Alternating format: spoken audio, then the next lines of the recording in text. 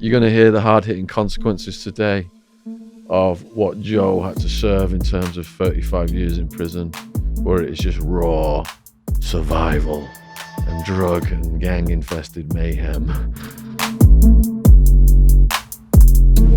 If the police come outside and it comes on top, there's going to be a shootout. One of us is going to die. So that's the measures which I was prepared to go to.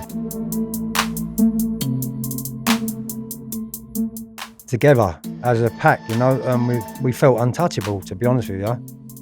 We all had like machines, guns, and so we had no chance of anyone coming through our front door robbing us. It was a sawn off one, and it was like that, you know, I used to go in and blow the roofs out. At the worst part of my addiction, at the height of it, I was smoking a good... It started off at £1,000, it went up to anything up to £5 a day. If I have another go of the crack pipe, that would take that pain away. So it didn't. So every time I had another lick of the pipe, it'd make my head pulsate even more and more and more. It didn't bother me whether I got shot, whether I got killed. Although I'm coming across, there's like a big hard bloke with a tattoo on my face. Not for 1 minute do I want to glamorise crime. It's for awareness, so that other people don't follow my footsteps. It wasn't until years later on that I realised I'm so lucky to be even sitting here telling you this story.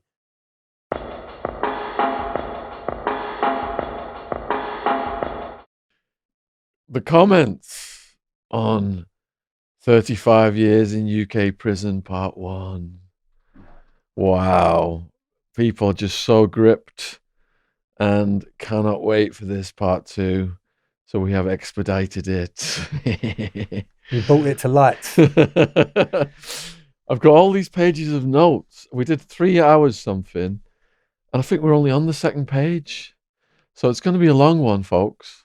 But if it goes as fast as the last one, we're going to get into the hard-hitting prison stories as well on this one, so it is going to be mental. Huge thank you for coming back on, Joe, and for giving me a signed copy of your book. You're more than welcome. South London, Borstal Boys Tales. To Shaun, cheers for having me on your podcast. Hope you enjoy my book. You're a top lad, and I wish you all the best. Joe Barnett. That's brilliant, thank you. No worries. So,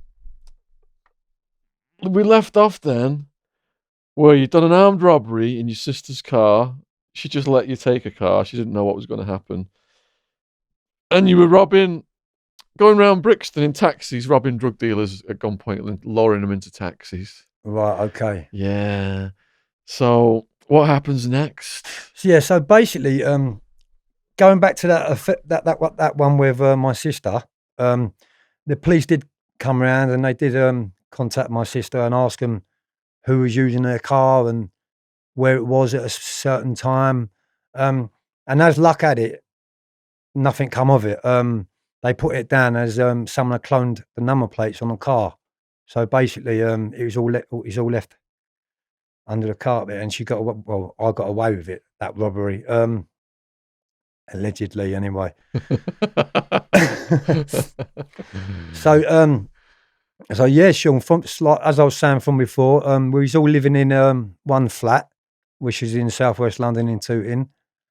Probably about 10 of us, maybe 7 or 8 of us, you know, different times, different days. It was different, but it was all the same people. It was all our same lot.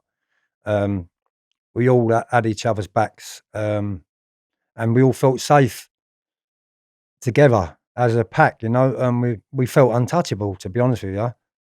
We all had like machines, guns, and so we had no chance of anyone coming through our front door robbing us, because it'd be fatal for them, you know. I'd be doing a life sentence for murder now because I would have shot them and killed them. That's the frame. That was my mindset I was in at that time. Were you guys like laying low in this place, or were you partying? No, we was partying. Yeah, we was partying, but we kept moving different houses. We wasn't so much partying in the house where we was staying, Shaun. No, but we was using drugs in the house. We did have different people coming in and out the house, but we didn't have your music blaring, and you couldn't come down here, the front of the street, and think, oh, look, there's a party up there, you know, one of them ones. So, yeah, we was laying low. I was switching cars, switching bikes. So one afternoon, it was probably around 3:00. We was just coming back to our location, to where we were staying. There was 3 carloads of us, so we was all like 3 cars of us. And we went up into the flat, and one of the neighbours, which was 2 doors along, it was an Italian family. And sometimes, they was elderly, so sometimes I used to come out and say good morning, and do you need anything up the news agents? We used to get them newspapers and bits and pieces like that. We was on a friendly basis, on a first name basis, so we knew each other's names.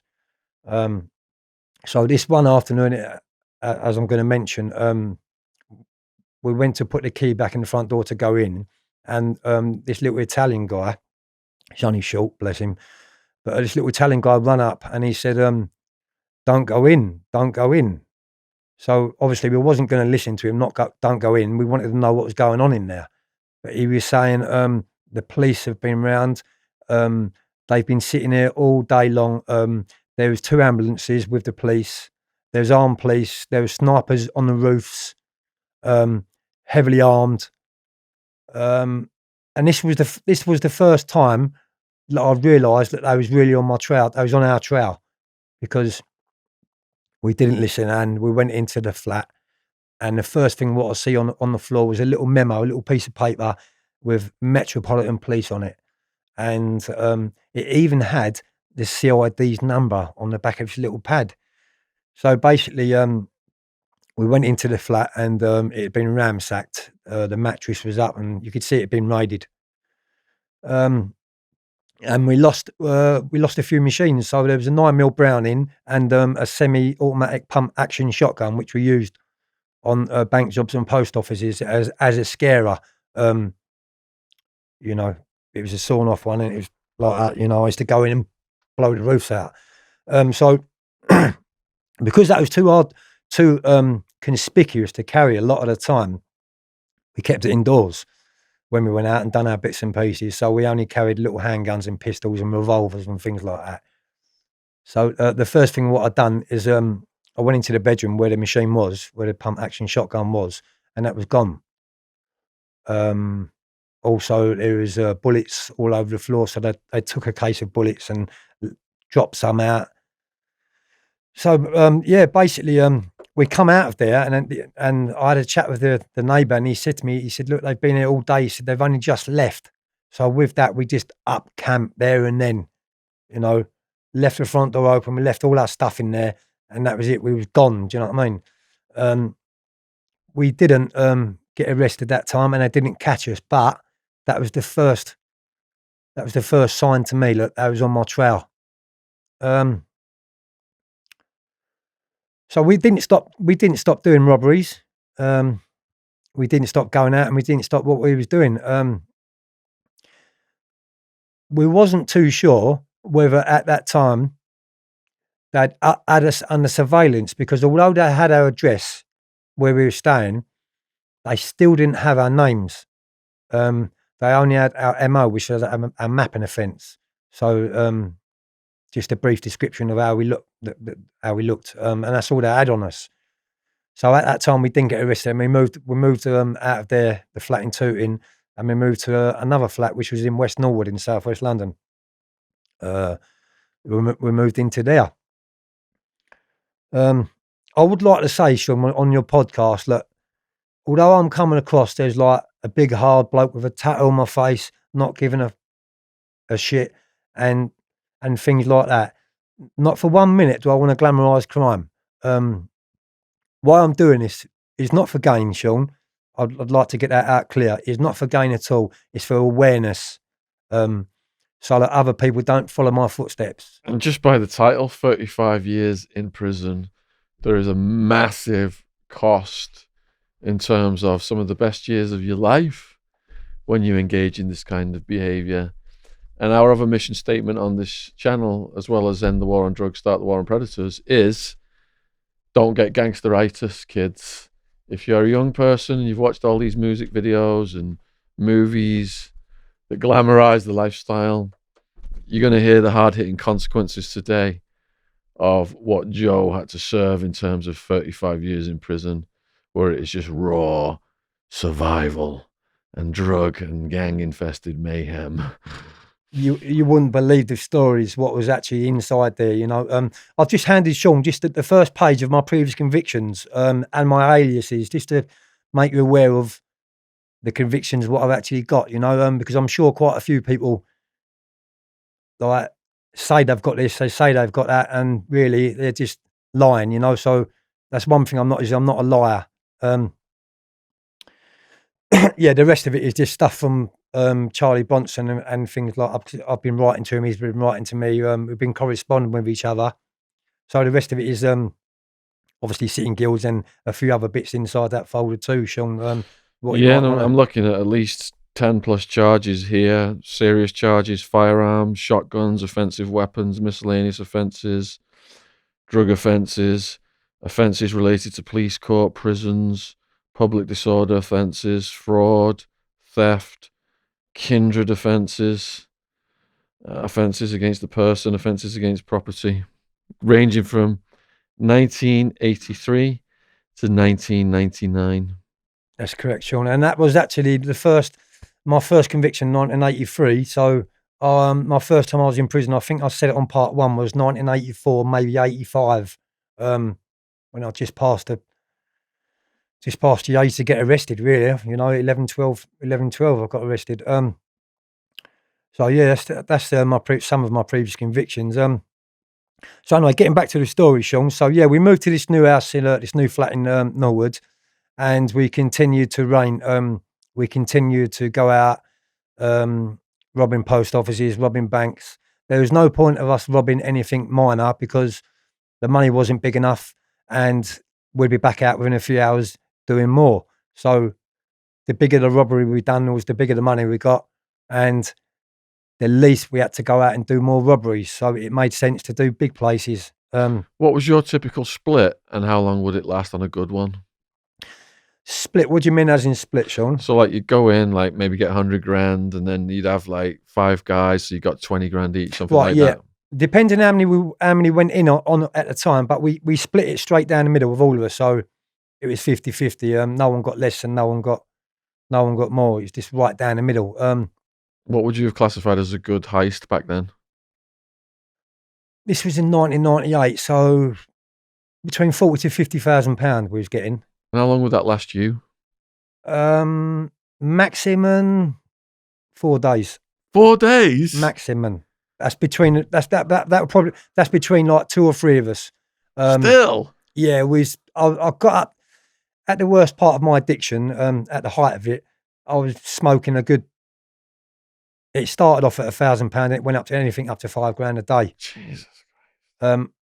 It was getting that bad with me, Shaun, that I was getting one day I was smoking so much crack around my friend's house, like my head started to pulsate, and it wasn't just a headache.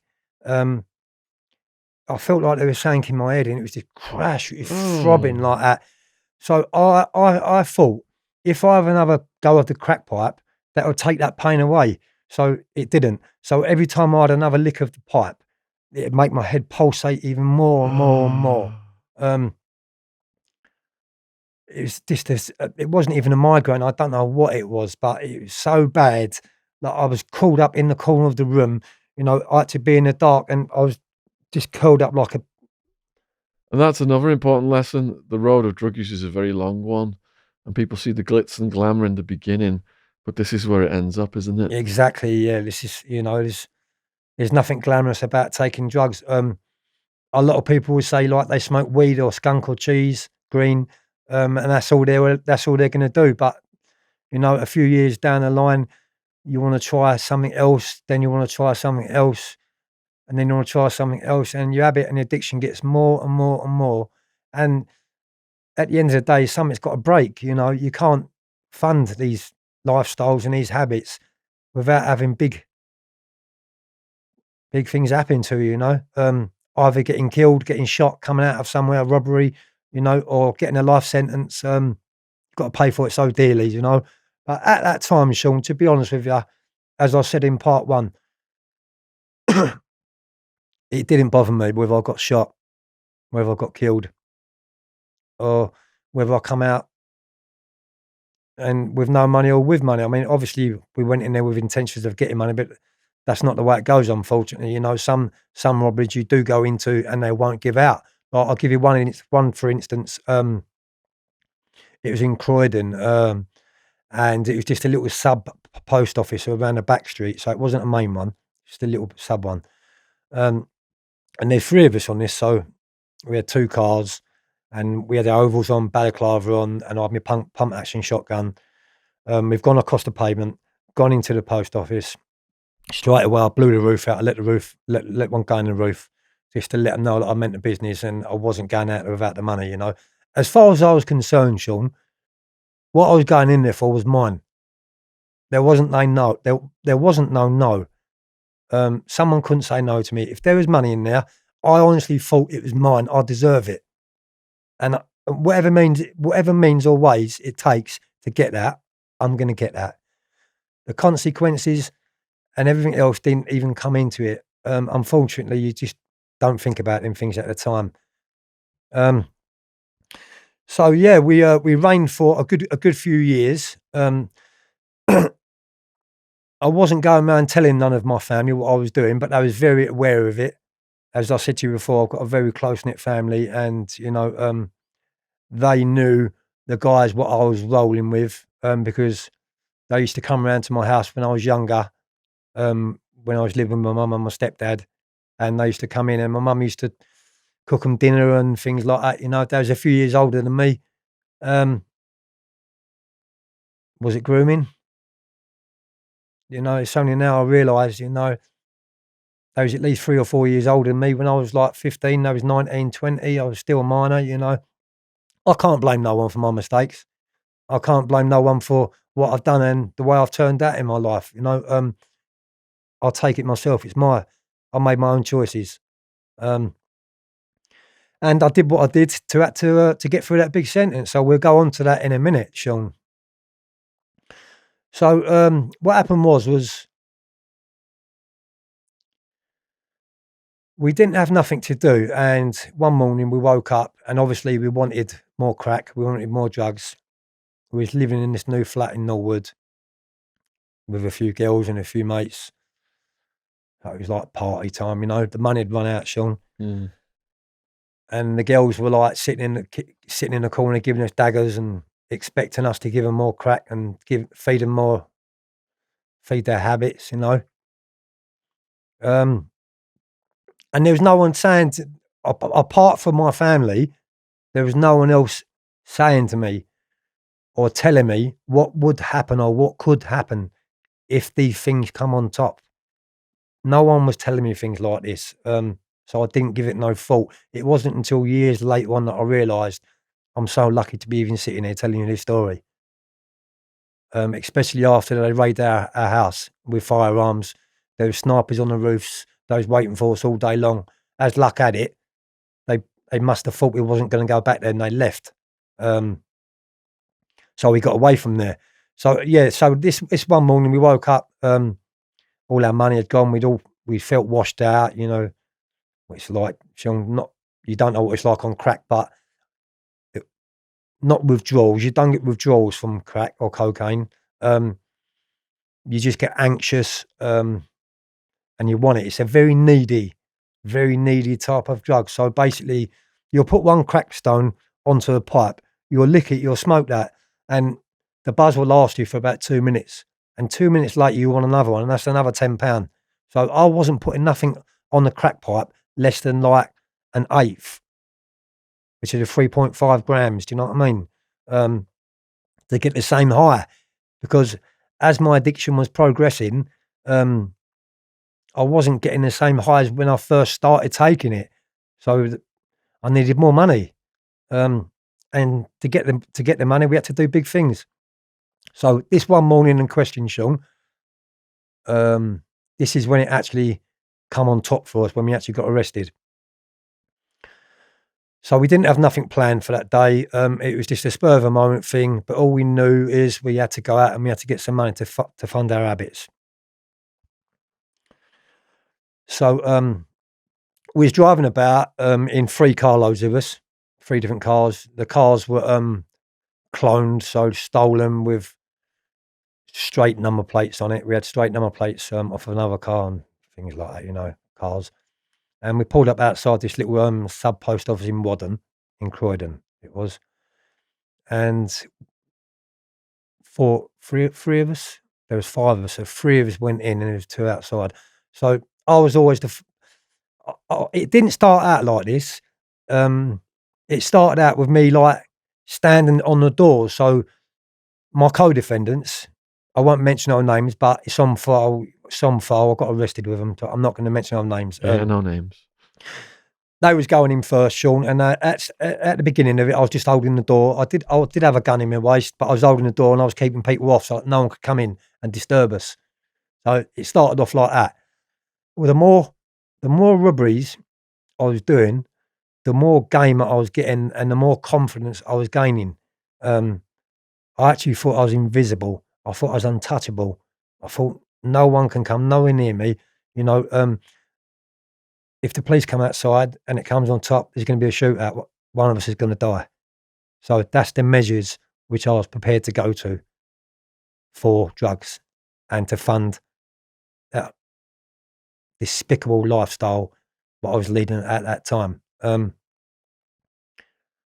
part 1, we did mention about losing my mum in '96. So yeah, my mum passed away. And after that, as I said in part 1, I didn't have nothing to live for. I didn't have nothing to lose. I just didn't care. So that's like when I joined the gangs and that and started doing the robberies. But so yeah, this morning, sorry, Shaun, I keep taking you off track. So this morning, gone inside there. I was the first one in these places now. I was eager. I was also a driver. So the boys was in the back of the car and I was always driving because I was a shit hot driver. I used to steal mopeds and cars when I was younger. You know, and I got away for so many police chases, you know. I'll get back onto that story in a minute, but one story I want to tell you about before we go on to that one, before I forget, because my brain ain't too clever these days. Whether it's drugs, what's done me, killed my brain cells, I'm not too sure, but that's the case. So this one time I decided to go out on my own to commit an armed robbery. And it was in the middle of the summer. I remember it vividly. I think it was around 1997. And I had a Yamaha R1, which is a 1000cc motorbike. And they get up to like 180s and 190s. And they get up to that speed it's rapid.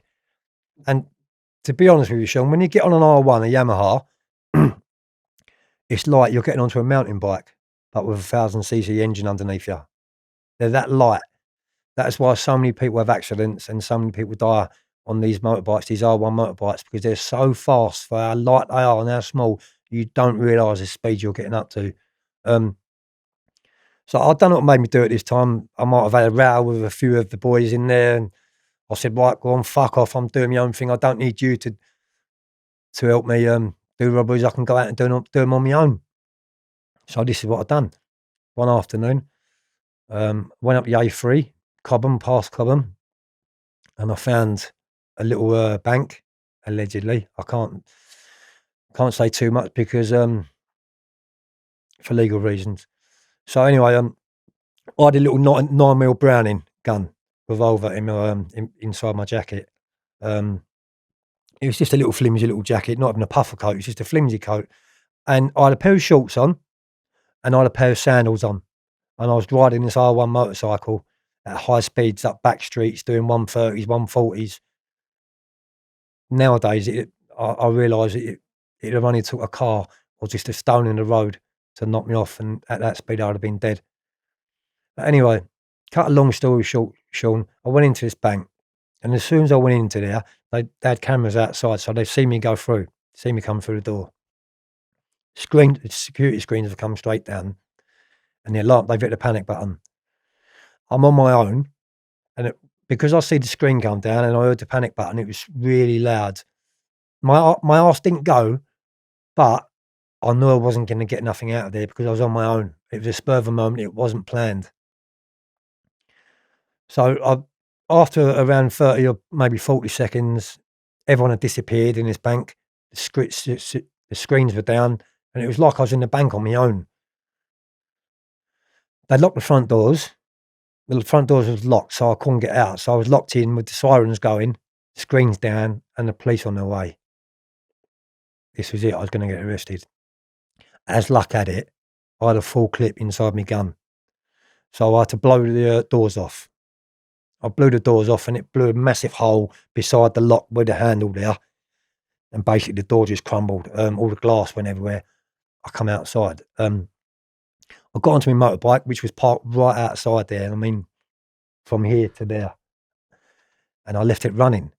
I don't know why, but I did leave it running. If someone would have like got on it and rid it off while I was in there, I'd have been right banging trouble, Shaun. But you don't think about these things at the time. Anyway, the alarm's gone off, the screamer's gone. I blew the front door out. I've got out. I'm on my bike. So I'm ragging this bike. I'm ragging the life out of it, and I can still hear the sirens. I've got onto the A3, which is in Cobham, and it's a big, massive dual carriageway. And I've looked in my rear mirrors on my bike like that, and I can see the blue lights coming up from behind me, and they're gaining space on me. They're picking up on me. They're not catching me, Shaun, because what happened was where I had sandals on and shorts on, I had my head down like that, and I was just opening this bike up to maximum speed. And I don't know what made me do it, but I looked at the clocks and it said 178 mph, and I had sandals on and a pair of flip-flops. 178 miles an hour I was doing. Something come over me, and something said, if a pebble comes in the road, you're dead. It's going to throw you up the motorway like a rag doll. You're going to be in pieces. But because I could see the sirens coming from behind me, there's nothing I could do apart from open this bike up and try and gain distance on them. Within a few minutes, probably 2 minutes, the helicopter was up.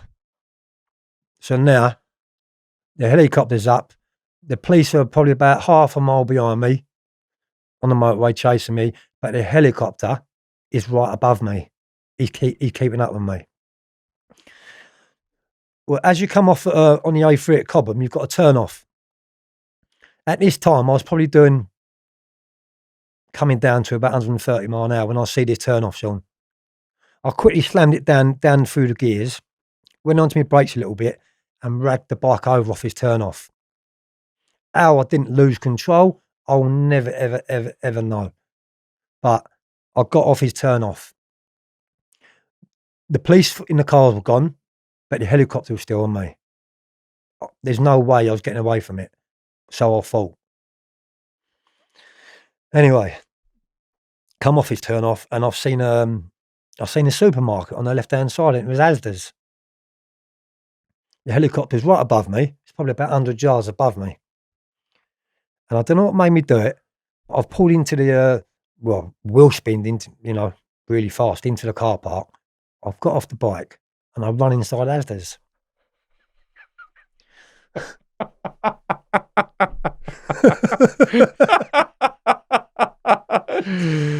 Get lost in the numbers then. I run inside Asda's, and to my surprise, it was absolutely packed with people.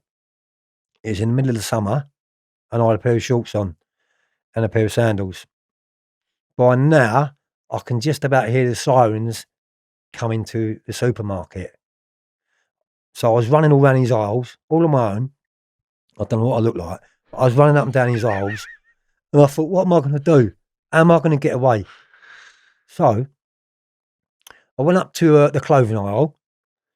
I ripped the alarms off a tracksuit.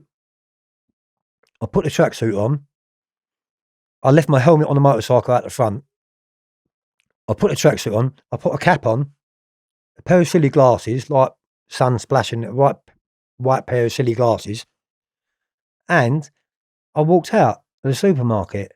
And as I walked out of the supermarket, this is not exaggerating, Shaun. There must have been 30 armed police, armed. A helicopter was above me. And I walked straight out of this car park. I put my head down and I started singing to myself, and I was skipping along the road.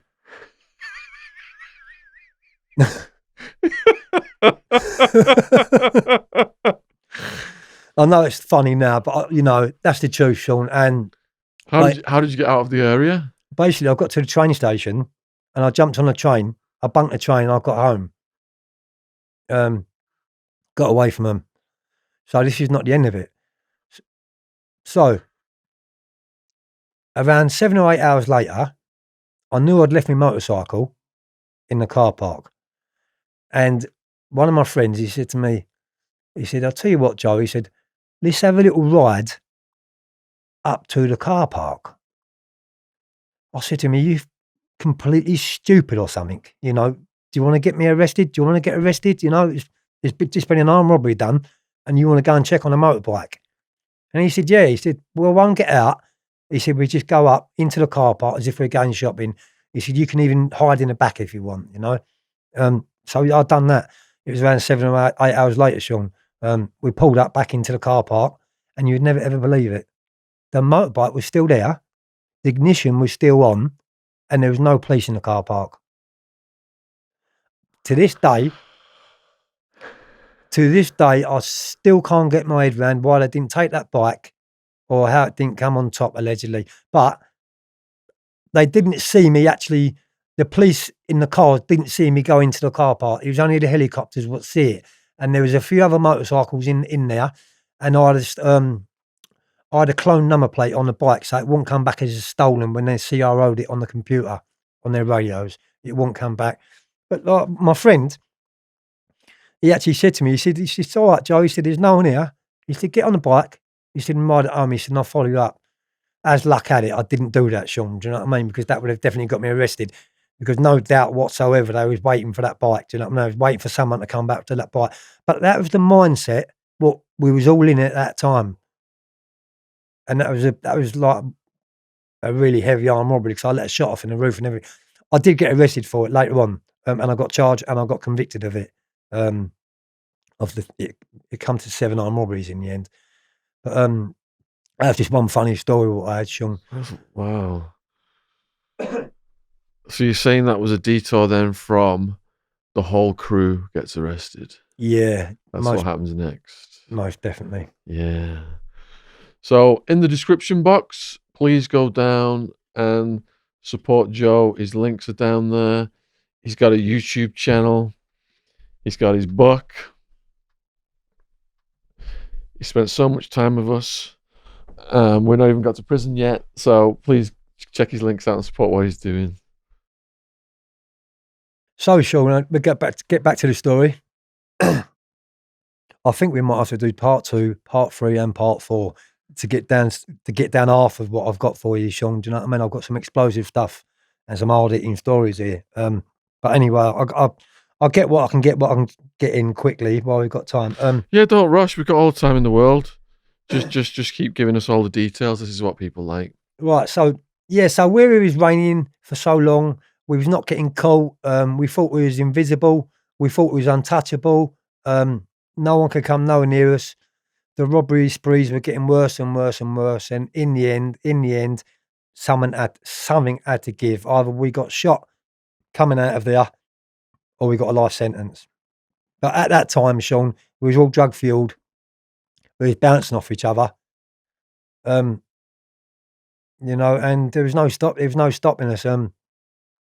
As I say, I'm not trying to glamorise crime, but that's what drugs do to people. They put you in the wrong mindset. It scrambles your decision-making processes over time and you don't realise it. And you think you're behaving normally, but you're actually behaving crazily. Yes, that's the truth of it, Shaun. And you surround yourself with people doing the same thing and it all just reinforces the madness. Yeah, it does. And it gives you more confidence, Shaun, you know. You just get more confident as you go along. But when I first started taking drugs, you know, I was only probably 13, 14 in the early 80s, 88, when the ecstasy come out, the Mitsubishis, the Californias, and we said about that in part 1. I must admit, I'm not trying to glamorise ecstasy or acid, but it was a totally different buzz to anything to crack or cocaine. Well, Wild Man in America, because we were like in the rave scene, and Wild Man's gives me some crack, says try this. He says it goes sizzle, sizzle, ding, ding, ding. Yeah. And I tried it. Like you said, that 2 minute, I'm like, what the fuck was that? It's just a rush. Yeah. I could take ecstasy and smile and dance and Yeah. just having a good night for 4 hours, 5 hours. And that shit just lasts fucking 2 minutes. And your habit, your addiction gets worse and worse and worse, and it gets hold of you so quickly. You would never ever believe how quick it gets hold of you. You know, when I first started smoking it, Shaun, I was like most people that started smoking crack, washing it up, and I used to tell myself and everyone else what was around me, you know, I'm only going to smoke 20 pounds worth of crack, 30 pounds worth of crack, and I'm going to stop it. But that's really progressed really quickly. Do you know what I mean? Um, It can reduce people very fast. They'll lose everything in the long run. Yeah, and that's what it done with me. It progressed rapid, um, and I liked it. The buzz was unbelievable. It's something out of this world. I couldn't explain it. Saying that, Shaun, on another note, did I like it, or was it just taking me out of the pain? What I was going in, what I was in psychologically, mentally, the trauma, what I went through as a kid. Was I using this just to blank all them fears and emotions out? I just don't know. Do you know what I mean? But all I know is it got really fucking bad, the crack. So we'll go up to the part where we actually got arrested, Shaun, when Yeah. it come on top. Yeah. Just before we went on this robbery, a few days before, let's say a few days before we done this robbery, as I said to you in part one, we was going around to different people's houses, friends' houses, and using crack and partying. So basically, we was going around to this girl's house, which was local from where we lived. And we was going around there a few times a week, you know. I am not going to mention our names or nothing like that because obviously legal reasons. Yeah, no names ever. But we was going around there, and one time it was late in the night. I've knocked on the door, and she answered the front door. We went in. I had a pocket full of crack, thousands of pounds worth of money, and like we was all my co-defendants and a few of my gangman was with us too. So there was about 5 of us at the time. We all went into my friend's house, which was a female. And there was a guy laying on the couch in this girl's house. And I asked the girl, I said, "Look, who's this guy on your settee?" And she come up with some story, and she said, "He's a robber. He's an armed robber, the same as us. So he's come out of our neck of woods. He was in the game that we was in the same trade." She said he's an armed robber. She said he's burgled someone's house. And the person's house who he burgled, they got a wind of who burgled their house and went back for repercussions.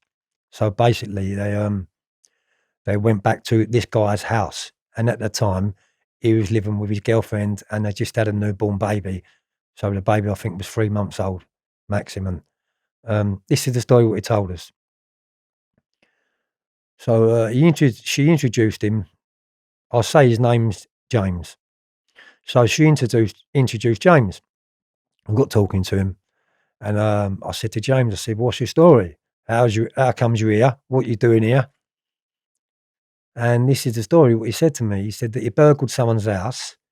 They found out where he lived, um, and they'd gone back round to his house a few days later, early hours in the morning. They'd kicked his front door in. He wasn't at home at the time, but his missus and his newborn baby was at home. So basically, they kicked his front door in early hours in the morning, a firm of them, three or four of them, to look for him. So they kicked his front door in, and he wasn't in there. And they picked his baby up, his 3-month-old baby, out of the cot, and they put his baby inside the washing machine.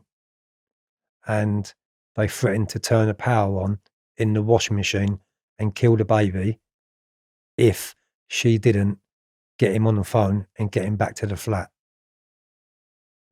So this was the story, what he told me, Shaun. Look, he was on the run from the police for doing X amount of robberies and burglaries.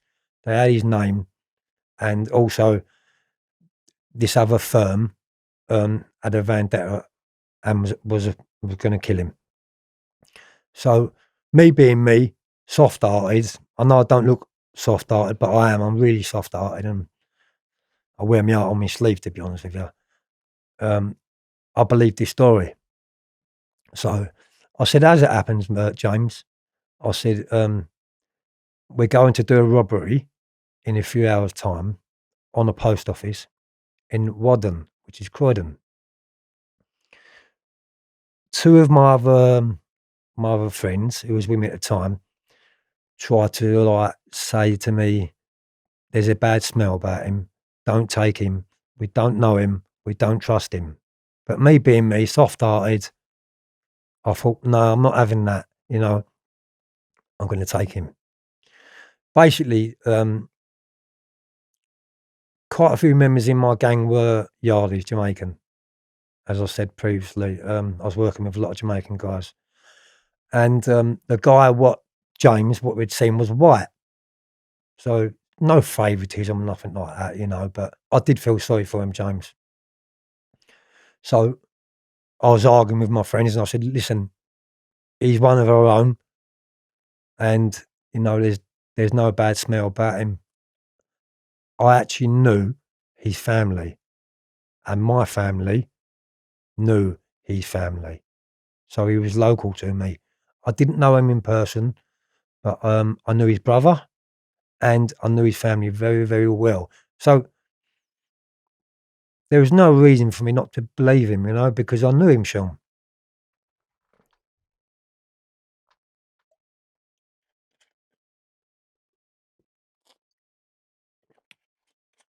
Well, that morning, we set out to do this robbery on the post office in Wadden. And this is when it come on top. So we'd gone inside. I was the first one in again, as usual.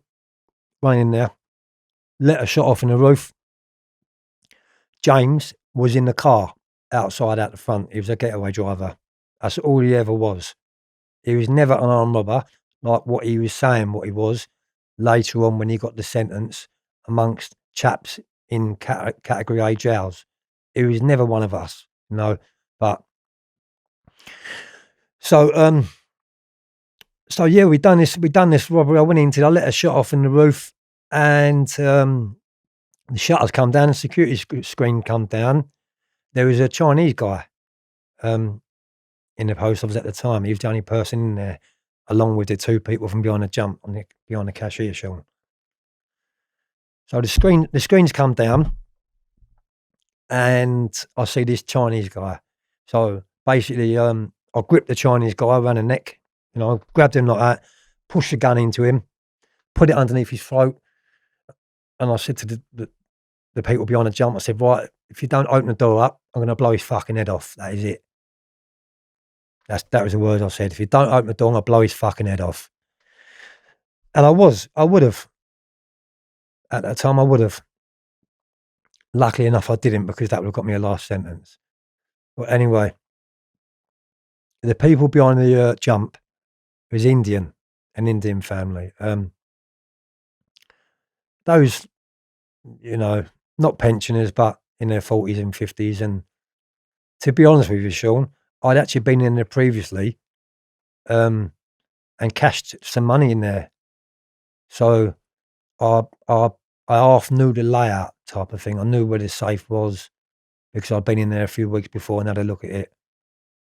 And I didn't have no reason to think that they wouldn't hand no money out. Do you know what I mean? Especially after I let a shot off in the roof, Shaun. So I let the shot off in the roof. Screens come down. I grabbed the Chinese guy, put the gun underneath his chin, threatened the cashier. No way was they going to hand no money out. They would rather have me shot the Chinese guy than hand out a £5 note. They was prepared to let that guy die. And that's heavy. You know, shutters come down, the doors got locked, and again, we had to blow the front. It was a double glazing window, and I had to blow the whole lot out to get out of there. So we was in there for probably around, it felt like a fucking longer, but it was maximum 2 minutes, Shaun. And I heard the sirens coming, so I knew it was on top. and we weren't going to get the money out of it. You know, they weren't going to hand if they weren't going to hand over for me putting a shotgun in underneath someone's chin. They're certainly not going to hand over. That is it. So we run out of there like madmen. I got into me and my two friends got into one car with James driving, and there was another few lads in the first two cars, which was we always went on robberies together, whether they come in or not. It was just a backup thing they come for, really, Shaun, more than anything. So yeah, we'd come outside. I heard the sirens going, and I thought we'd better go. So I come out. I said, James, put your foot down. I had a pair of overalls on, a balaclava, a pair of trainers, gloves. You couldn't see none of my face. You couldn't see nothing of me. You couldn't even see the colour of my skin. I was completely covered up. And I said, put your foot down. So we got in the back of the car, took all our clothes off, and underneath our overalls, I had a tracksuit on. I grabbed the cap, like this one here, sim into this, put the cap on, pair of glasses. One of my other mates got out of the car. He said, let me out here. Why? I said, why do you want to get out here? You know, you can hear the sirens going. Why do you want to get out here? He said, I want to split up. So he got out of the car. We carried on with James driving, with the blue sirens going, and we could hear the police coming. So it was probably about 1.5 miles, 2 miles away from the actual robbery. I said, right, stop and let us out of the car. It was on Hackbridge, which is in Surrey, and there's a railway bridge. So basically I said, let us out. So we got out, me and there was two mates, there was three of us. So we got out of the car. Sirens were going, I could hear the wind from the blades of the helicopter coming. Do you know what I mean? But at that time, I thought, because we've got out of there, I've got changed, there's no way are they going to arrest me for this. No way. Anyway, I said to him, drop me off at Hackbridge. And we got out of the car and we started walking across the bridge.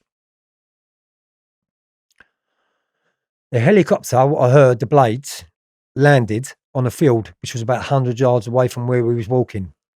The helicopter. But Shaun, the guys in the helicopter hadn't seen us get out of the car. So I thought. So we just like went on as if nothing, as if we was going out for a day and we was like going out, just a few of us. So we started walking across this bridge.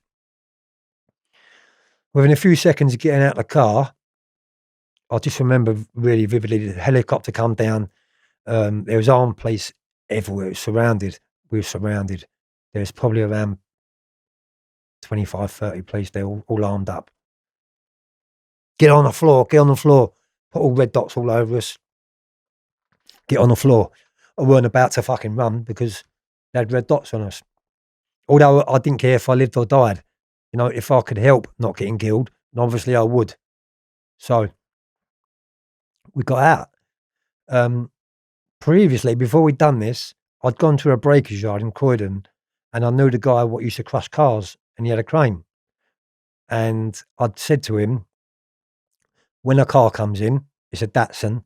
I said, when this Datsun comes in, I said, the minute it comes onto the scales, crush it, get rid of it. And I'll give him £100 or something like that. Shaun, I'll give him a drink. So we thought, we've got out of the car. Our getaway driver's going to like crush the car, which was only a few miles away from the post office. So he'd have got there within a few minutes, Shaun, he'd have been there. Do you know what I mean? And yeah, the police laid us down, armed up. So 3 of us got arrested on the spot for this armed robbery. What just occurred around the corner. We got taken into Wallerton police station. We got held in there for a few days. Barnes and Tower Bridge flying squad had come over to the police station where he's been held and started like throwing loads and loads of different robberies at us. So at that time, I thought they've got nothing on me.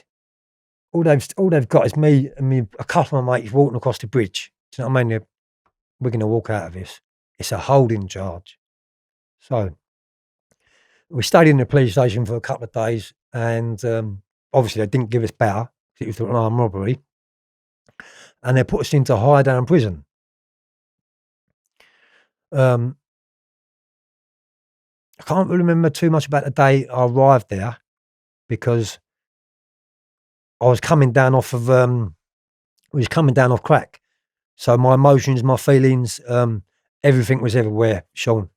So we was remanded into higher down prison for this one armed robbery.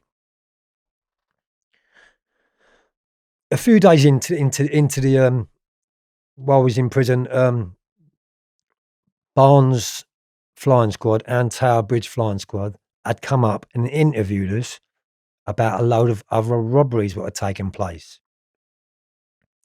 So we went no comment. We just knew, don't ever talk to the police, you know. And if you do, they're going to use that against you in the court, and they're going to trip you up on your statement. So basically, if I wrote a statement and my other codie wrote a statement, if the stories didn't tally up, they'd use that in the court, and that's enough to find you guilty. So that's why a load of people go no comment on interview. So I was not buzzing, but I had a little spring in my step. You know, I was in Idaho prison. I was category A, so I couldn't get no visits. I couldn't have no phone calls. And when I did get visits and I did get phone calls, they had to be vetted by the police. The police had to go around to their addresses. They had to check they got no previous convictions. They had to check their address, their name. If they had a previous conviction, even one previous conviction, they wasn't allowed to visit us because we was category A.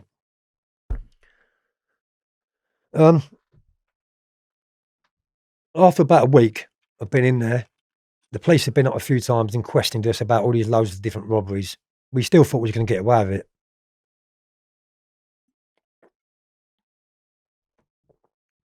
In the meantime, I still had friends coming up to visit me in prison, bringing me crack up on a visit.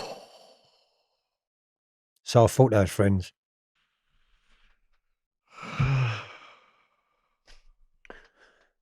So I couldn't get away from it, Shaun. Outside, I was smoking it, and inside, because I had such a big reputation and such a big name, they was bringing it in. So I was getting it inside. We was partying inside, higher down prison. 2-man in a cell, double cell. I was getting like a quarter ounce of crack on visits. Fucking ruthless, terrible. Well, anyway, cut a long story short, Shaun, what happened was after about a week or maybe 2 weeks, we got our depths and our statements from our solicitors. And I couldn't believe what I was reading.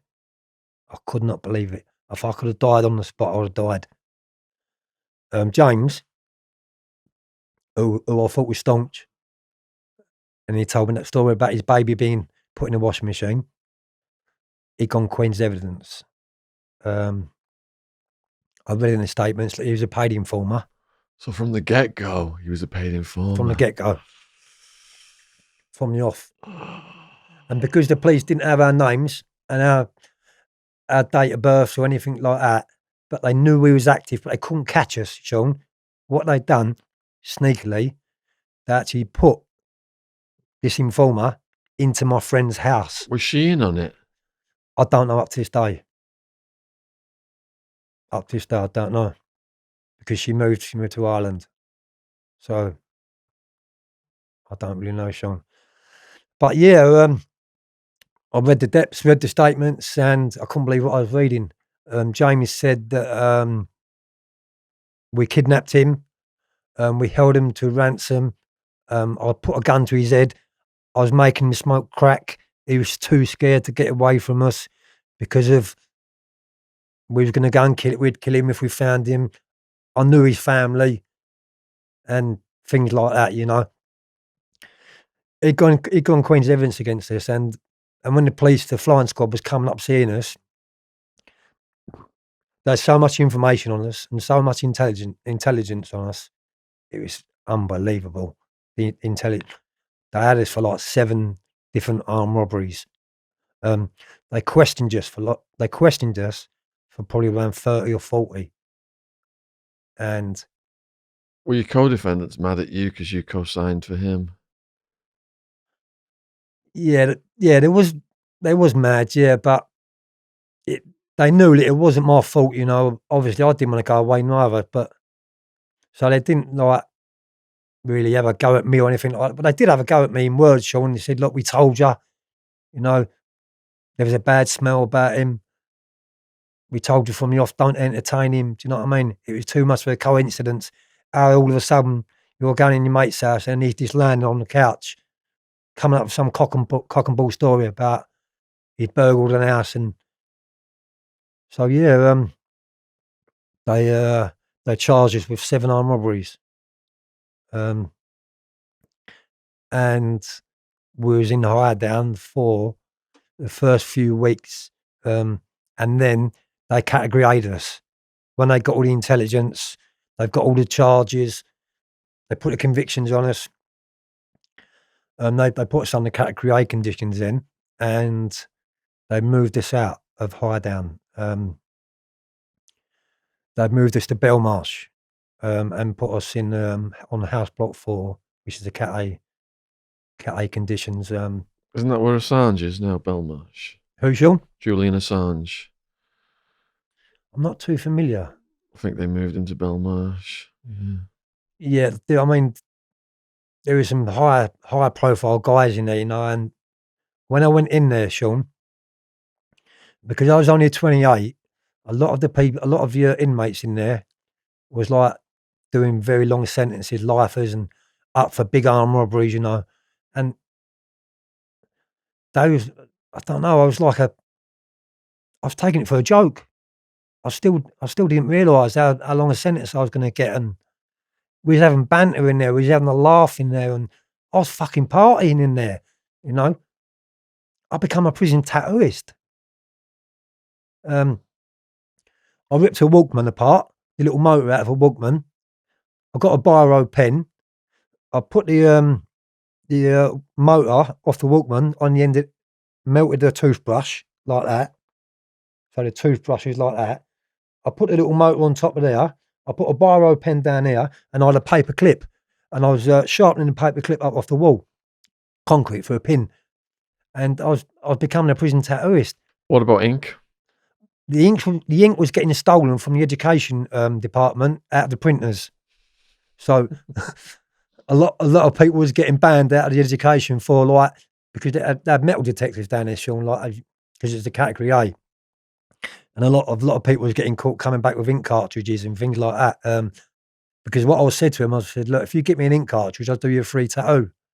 I could be there all day and all night doing a tattoo on them, but that was the plan. Do you know what I mean? So I become a prison tattooist, and all the hierarchy, high profile inmates at that time in there loved me, you know. So I thought, and they took me on as one of their own. Do you know what I mean? And it was like coming off of the street and going into like a college of crime or like a youth club or something, like, you know. It was never it wasn't a deterrent for me, because there was so much hype around us. Because we had quite a few cases, and we was known as like blaggers armed robbers, old school armed robbers, ones that go across the pavement, you know. You get treated in there, even by the screws or the inmate or the officers, whatever you want to call them. You get treated by them with a bit of respect. They look at you and they see your record, they see what you're in for, and you know, they give you a cold. They turn their head the other way. Do you know what I mean? So yeah. After a few weeks of being in Belmarsh, we had 7 armed robberies. We were charged with 7 armed robberies. It was like 4 banks and 3 post offices. I mean, there was loads more. There was probably about 20 or 30 of them, Shaun. But what the police were trying to do with us is they was trying to clear their books up. And it was the flying squad, Barnes and Tower Bridge, and they was both arguing with each other over the jurisdiction. Who was going to have us? They was like, I remember one day they'd come up and visited me while I was in Belmarsh, and they said they was going to take me out for a day to ask me to point out a few of the different robberies, what I did. So what we used to do, all us old whatever blaggers or whatever you want to call us, we all know the game is this. When the police want to come up to prison and take you out to point out all these different jobs what's been done, yeah, all they're doing is they're clearing their books up. Do you know what I mean? So what I was saying to him was, I was saying, yeah, I can remember I'd done a couple like in Sander's, but I can't really remember where they was. I knew what I was doing. I was never going to tell them. But what they was doing is they was taking us out, giving us Kentucky and McDonald's. And where we was in prison, Shaun, it was like a day out for us. Do you know what I mean? A fucking day out for us. It's just all, at that time, it's just all fun and games to me. Do you know what I mean? Whilst I was in there, in Belmarsh, there were some really high profile names in there, like Charlie Bronson, who I've known for donkey's years. What was your first meeting with him like? The first meeting with Charlie, I'm sure it was back in the early 90s or the late 80s. Was in Wandsworth prison, and I was only a young offender at that time. So he was a bit older than me, but he was walking about on the landings like he was big, and he was training. But at that time, he wasn't really notorious like he got later on in life. You know, like all the hostage taking and all that crap. So yeah, the first time I see him I was only young. Didn't really take much notice of him. All I knew is he was big, he was strong, he was powerful. The screws were very wary of him. They knew the power he had. He'd probably knocked out a few screws before, do you know what I mean? But did you see him doing any damage over the years to the guards? Yeah, I did, yeah. In Whitemore, when I got my big sentence out on the exercise yard, there's 3 different cages, and you can only go in one cage at a time, all of you. So I was in one cage, Charlie was in another cage, and there was someone else in another cage. I forget his name. Franny Pope. It was a guy called Franny Pope. And he was an armed robber, and he was from Bethnal Green, East London. And he was arrested with another very good notorious name, and his name was Charlie Tozer. They're old school blaggers from East London, used to specialise in security work and things like that. So you saw Charlie do some damage at that one? Yeah. In Whitemore, we was out on the yards, and I think they tried to get him in or called time or something like that. Do you know what I mean? And he said, no. He said, give me another 5 minutes. He said, I'm talking to a few of my mates. And we was talking to him in between the cages. Do you know what I mean? And they went away. The screws went away, you know. A few minutes later, they come back, and there must have been fucking 15, 20 officers there, Shaun. Do you know what I mean? All in riot stuff, all like padded out and riot shields, and like run up to him in a cage and stand back and face the wall and drop down to your knees, and just fucking bundled him into a corner, do you know what I mean? And wrapped him up, do you know what I mean? And took him back into the segregation unit. But we used to talk to him all the time, like, because we was a few cells along. So we used to talk to him all the time, and he used to cry, he was emotional, and he's not what everyone thinks he is, do you know what I mean? He really ain't. Yami gave us a few stories of him knocking out guards and prisoners. Did you ever see any of that? No, I didn't. No, I didn't see that at that time. No, I just see the mufti squad and the security squad bending him up and like a chicken, you know, wrapping him up and throwing him in his cell. And I was also aware of, like, every time they opened his door, you know, he was on an 8-man unlock. They wouldn't open his door up unless there was 8 of them at a time to let him out. you wouldn't treat an animal like the way they treat him, to be honest with you, Shaun, and that. Who was the other big names at Belmarsh then? Frankie Fraser was in there. Charlie Cray. Charlie Cray was in there in 1998, 99. He just got 12 years for conspiracy to supply Class A cocaine. So he was in there. And I got really friendly with him because I was on the cleaners. And Charlie wanted to get a job on the cleaners because that meant you were out of your cell a few more hours than anyone else. And it was, at that time, it was a good job in the prison to have on the cleaners, you know. And I got him on the cleaners with me. I got him a job on the cleaners, Charlie. And I remember one time, like, going in his cell and he had, like, all pictures of Barbara Windsor and loads of different famous pictures up on his, all around his wall, stuck up by toothpaste and things like that. And it's funny because I'm not too sure if it is Frankie Fraser or his boy. I think it was his boy, but his boy's named Frank and all. He was in there. And apparently there was a bit of beef with him outside from years ago. I don't know what happened, but this is not a lie, you know. Charlie said to me, I was speaking to Charlie one day and he said, look, he said, don't ever have him in your cell or don't bring him round me when, I don't know what happened between them, do you know what I mean? But there was a bit of rift between Charlie Cray and Frankie Fraser. I don't know what it was, but they never spoke, do you know what I mean? Weren't they rival gangs on the streets? Possibly. And it wasn't forgotten, do you know what I mean? They just wouldn't talk to each other. So yeah, Charlie was in there. Noel Razor Smith. Yep. He's one of my very, very good friends. I've known him a long, long time. Going from outside, there used to be like a rockabilly disco in the back of a pub, just local to where I used to live, and he was a rockabilly. And I used to see him in the rockabilly place, so I knew him from outside and inside. So I know Razor really well. He's doing really well at the minute, Razor. Tell you what, his book, that first chapter describing the robbery, absolutely breathtaking. Is that a few kind words and a loaded shotgun? Yeah. Brilliant book. Yeah. He wrote that whilst I was with him, Shaun. I don't know if you're aware, but when you're in prison as an inmate, you're not allowed to write and publish books. So you're not allowed to make any type of earnings while you're in jail. Because the way they look at it, you're under punishment and you shouldn't be earning no money. So you're not allowed to write no books. But Razor, what he was doing, I think it's a piece of A3. Is that A3, Shaun? Yeah. So it was pieces of A3.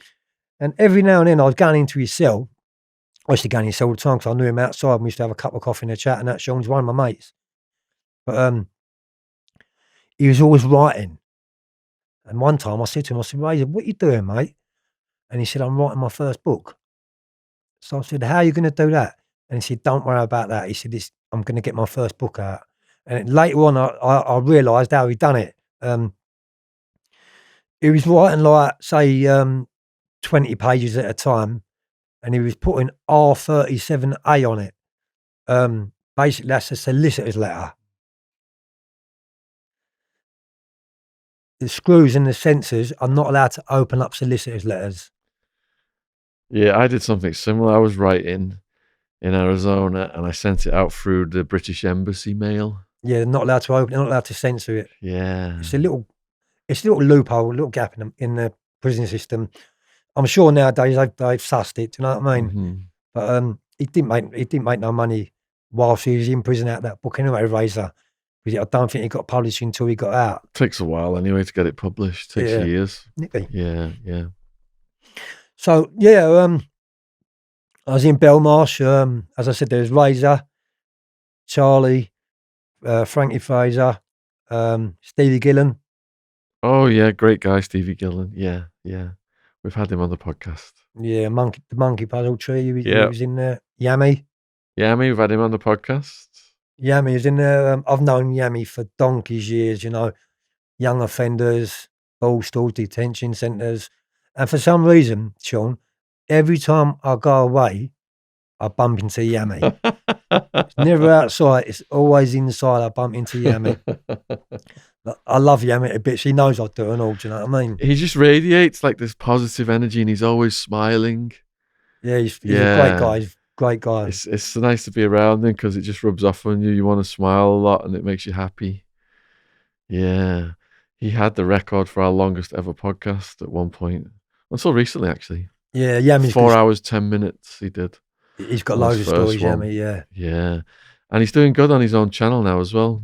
Yeah, I subscribed to his YouTube channel the other day. He's uploading quite a lot on it every day. Yeah, he's prolific.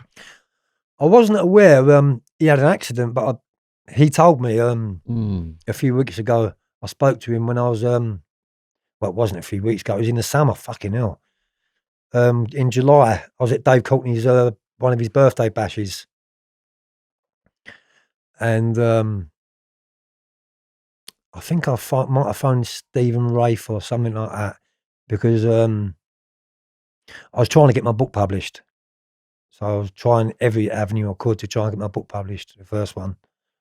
And Yami's number come up, so I'll give Yami a bell. And this was the first time I spoke to him, like last summer. And he was full of beans, you know what I mean? He was really happy to see me out and see me doing well and that. And I got a lot of time for him, Yami. Good stuff. Good guy. Good stuff, yeah. Yeah.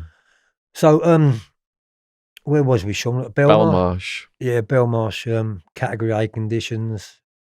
Unsentenced. You've got 7 armed robberies. Yeah, unsentenced, right.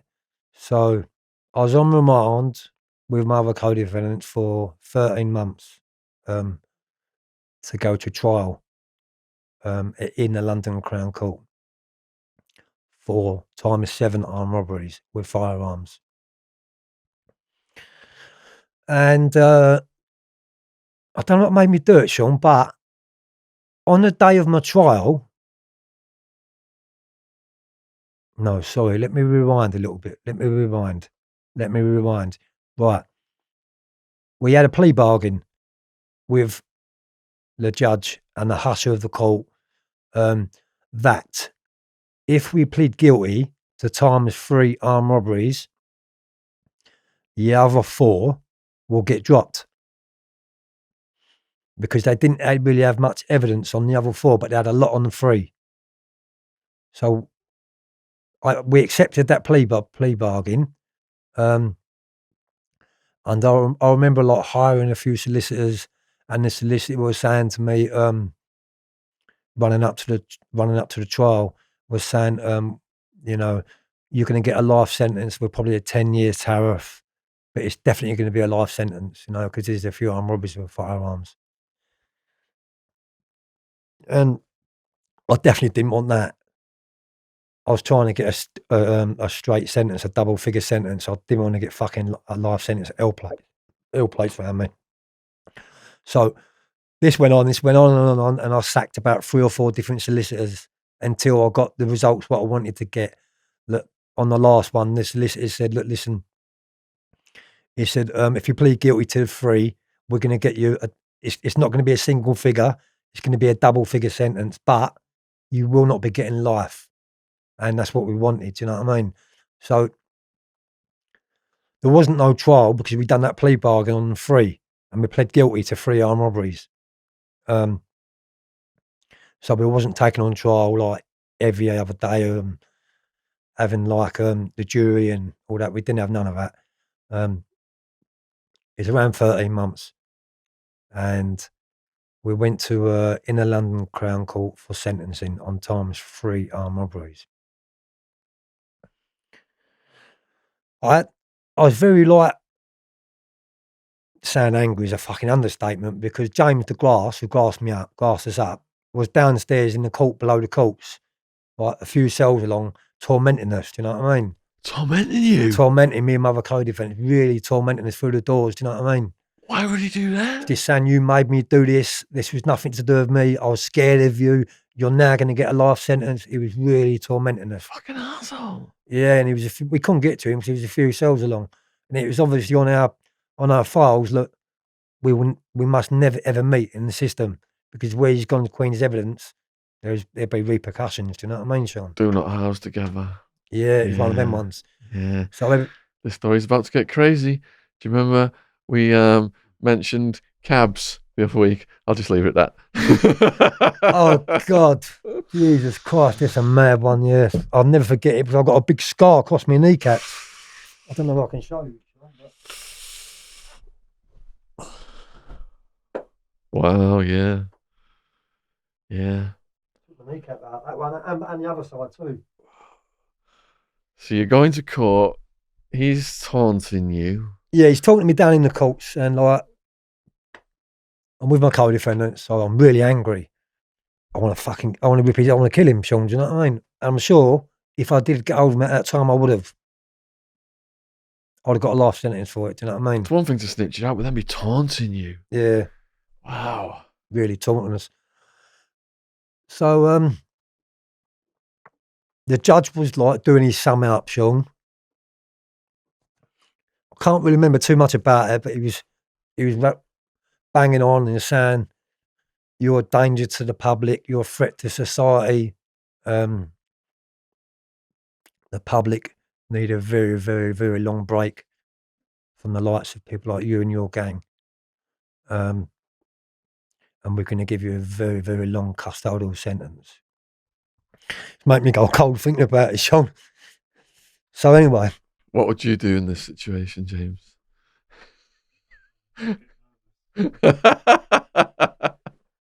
Wait till you hear what he does. Being a doc like that, shaking.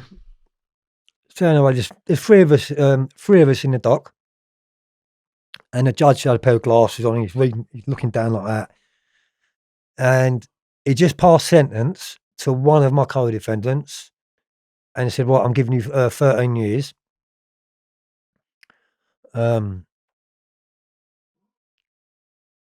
10 years, 10 years, 15 years, 20 years. It mounted up to about 150 years on each one of us, but it was to run concurrent. So yeah, my Cody got 13 years. I don't know what made me do it, but because at the door, because we was like category A, Shaun, at the doors, at the courts, there was jails on each door, on the exits. And they weren't small, they was lumps, because they knew we was category A, we had firearms, and we was up for fucking heavy charges. There's no way did they want us to get out of that courtroom, do you know what I mean? I'm a bit nippy talking about it. It's making me go fucking cold. Just a mad one, Shaun. So he's passed 13 years to my Cody. He passed 15 years to another one of my Codys. So one got 13, one got 15, and he's just about to pass sentence to me. So he's like this, he's reading the paper, he's going down on with previous convictions, and he says, "Right, Mr. Barnett." And as he said, "Right, Mr. Barnett," we was like, the dock was pretty high up. So like, it's probably about a 10-foot jump to the floor. You're high up. And you've got two doors in the London Crown Court. You've got a fire, one like what comes into the court, and you've got one that goes behind the court. And as he's passed sentence, something come over me and something said, You've got to get away. You've got to fucking run. Try your best. You're not going to see daylight for a very long time, yeah? So you've got nothing at all to lose." One of them mindsets, Shaun, do you know what I mean? And as he passed sentence to me, my other two, said my name. I didn't think nothing of it. I didn't even give it no thought. I've gone bump. I've jumped the dock. So I've jumped the dock. I've looked in front of me and I'm seeing his security cord. He's like running up to me. I'm running all around the courtroom like this. The judge has disappeared out the back. He's gone. So I didn't even get a sentence. He's gone. He didn't want nothing to do with it. The judge was gone. The other two Codys are like, what's going on? Because I didn't tell them, Shaun. Pure spontaneous. Yeah, I just didn't tell them. It wasn't planned. They didn't have a go of jumping. Nah, they just stood there. Two of them just stood there. So bang, I'm over. These big fat security guys, they're running all around the courtroom for me, and I'm running across the tables, all across. I've jumped, like, you know, the judge, I'm running all across his fucking table to get away from him. Was the people down there at one point and they just run off? It was absolutely packed. The courtroom was packed. You had like all the press in there, and you had armed police in there, Shaun. Security. You're running around the table. I'm running around the tables, and they're all chasing me. I've looked at the exit door. Because I'd never been in this court. I didn't know the layout. All I could see is a door. What you go out of, come in to the courtroom. I see a big security court guy, and I was only small, about 10 stone, skinny. But where I've been in Belmarsh, I was training down the gym, so I was pretty fit. I was like doing cross mile runs and cross country runs and doing loads of CV, and so I was fit as a fucking fiddle, to be honest with you. And I looked at the exit door as I was still getting chased, and I see this big guy there, and I thought, right, that's the door you've got to go through. So the geezer's double my size, you know what I mean? And I'm running around this fucking courtroom, and all of a sudden, I've gone, bang! I've just rugby tackled into him, gone into him, he's gone over, I've gone over with him, I've got back up, all the police are running out, and all of a sudden I've started running down this big long corridor, and I've come to a big set of swivel doors. I can't believe my luck. I'm looking out on the street. The street's there, Borough High Street. So I can't get through these swivel doors quick enough. As I got into the swivel doors, you know, like you got cubicles in swivel doors. They was full up with police, and I was in one on my own, and they was all behind me around these cubicles. Trying to catch me. It was like a fucking comedy scene. Like Carry On the Buses or something like that, Shaun. Fucking comical, mate. But I still didn't know what I was going to do. Do you know what I mean? I just thought I'd get away. So, next thing, I'm running down these steps. I'm out the front of the court. I've started sprinting. I'm running up Borough High Street. I've looked behind me. They're probably about 20 yards, 30 yards, big old fat security court. They ain't keeping up with me, Shaun. I'm gone. I'm fucking gone. Whip it. Yeah, I was like a whip it. I was gone. Anyway, I've run for probably around 1.5 miles, 2 miles. And I got to a big roundabout in Elephant and Castle. So I've looked over the roundabout and I've seen a train station, the underground. So I headed for there. And as I've run across the road, I didn't see it come. I really didn't see it come. It done me by surprise. I see it at the last second. But as I'm running across the road, I've noticed a black taxi. And this black taxi is heading straight for me. I thought, he ain't going to hit me, is he? No way is he going to hit me. Because as far as I was concerned, he didn't know what I was doing. He was just going to work. He's a black cab driver, Shaun. Do you know what I mean? I didn't have a clue. Anyway, bang, he's done me. Took both my legs out. I'm on the floor. He's fucking covered in blood. Do you know what I mean? And 3 jailers and security corps got out of the back of the taxi and nicked me and put me in handcuffs in the middle of like Elephant and Castle. So basically, they'd flagged the taxi down from outside the court and said, right, he's up there, you can see him. Put your foot down and catch him. But because I was fast, I got up to the roundabout. Like, so yeah, I remember like, they got me on the floor. They'd take me down to the hospital and get me all stitched up, and they couldn't sentence me on that day because now I jumped the dock. He wasn't the judge what was sentencing me. He's not powerful enough now to sentence me, and he's a fucking Crown Court judge. I know. I couldn't fucking believe. My solicitor wrote to me and said, "Look, Joe, you've been charged with escape from lawful custody." Was the cameras in it? Did they film you what you did? No, Oh. no, I don't know, Shaun. Yeah, I've never checked. Imagine being that on headline news. It was in 1999. Running up the road Shaun. and everything. So they had CCTV out then, and they had the local gazettes and newspapers and all the film people, the film crew was inside the court because it's a high profile case. Do you know what I mean? So yeah, it probably was, but yeah. So I got arrested for that. They charged me with escape.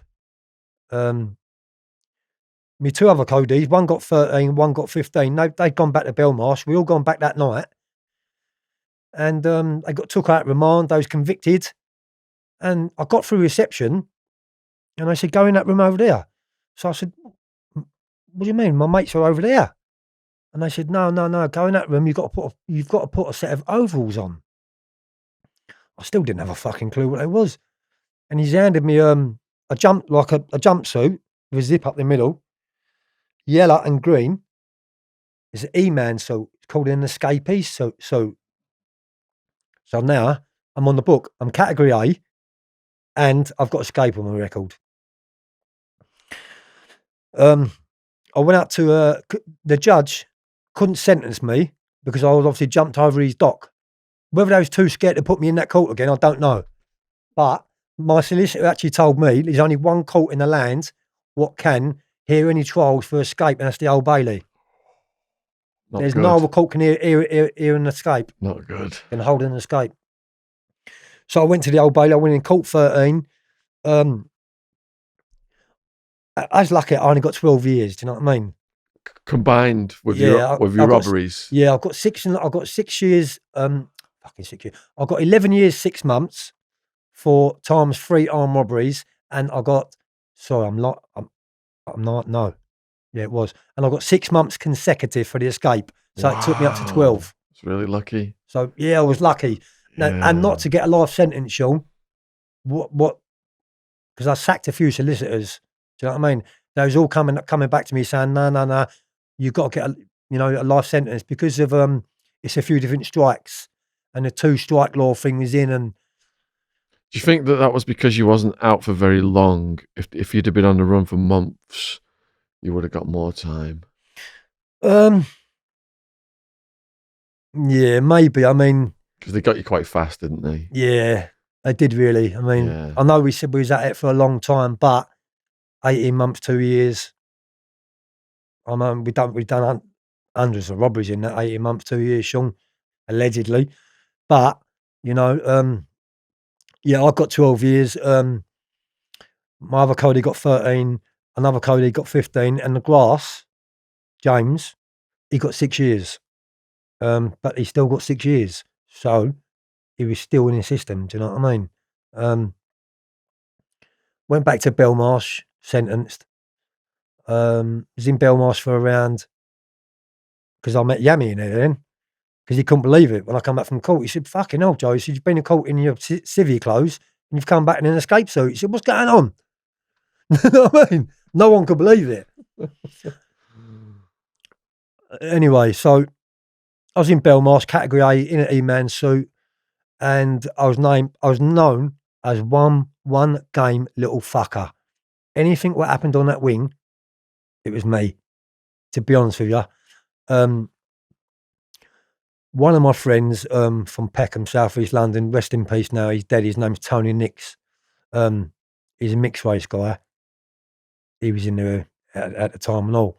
And one of the screws who I'd got familiar with, they started calling me by my first name in the end. But they was leaking information to me, Shaun, who the paedophiles were.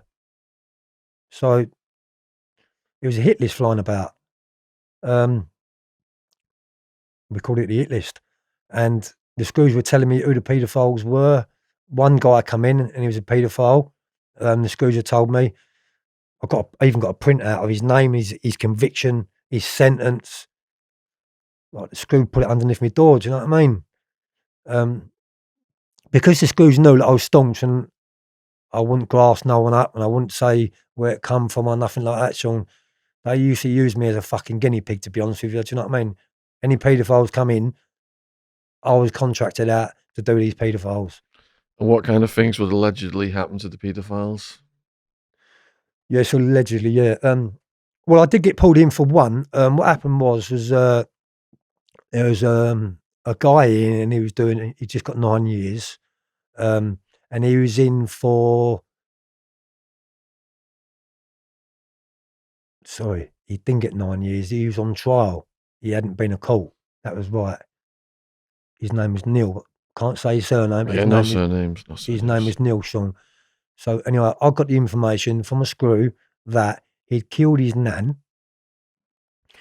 He held her body in his flat for a week, and he put all candles round the outside of her, and he was having sex with her when she was dead, while he was smoking crack.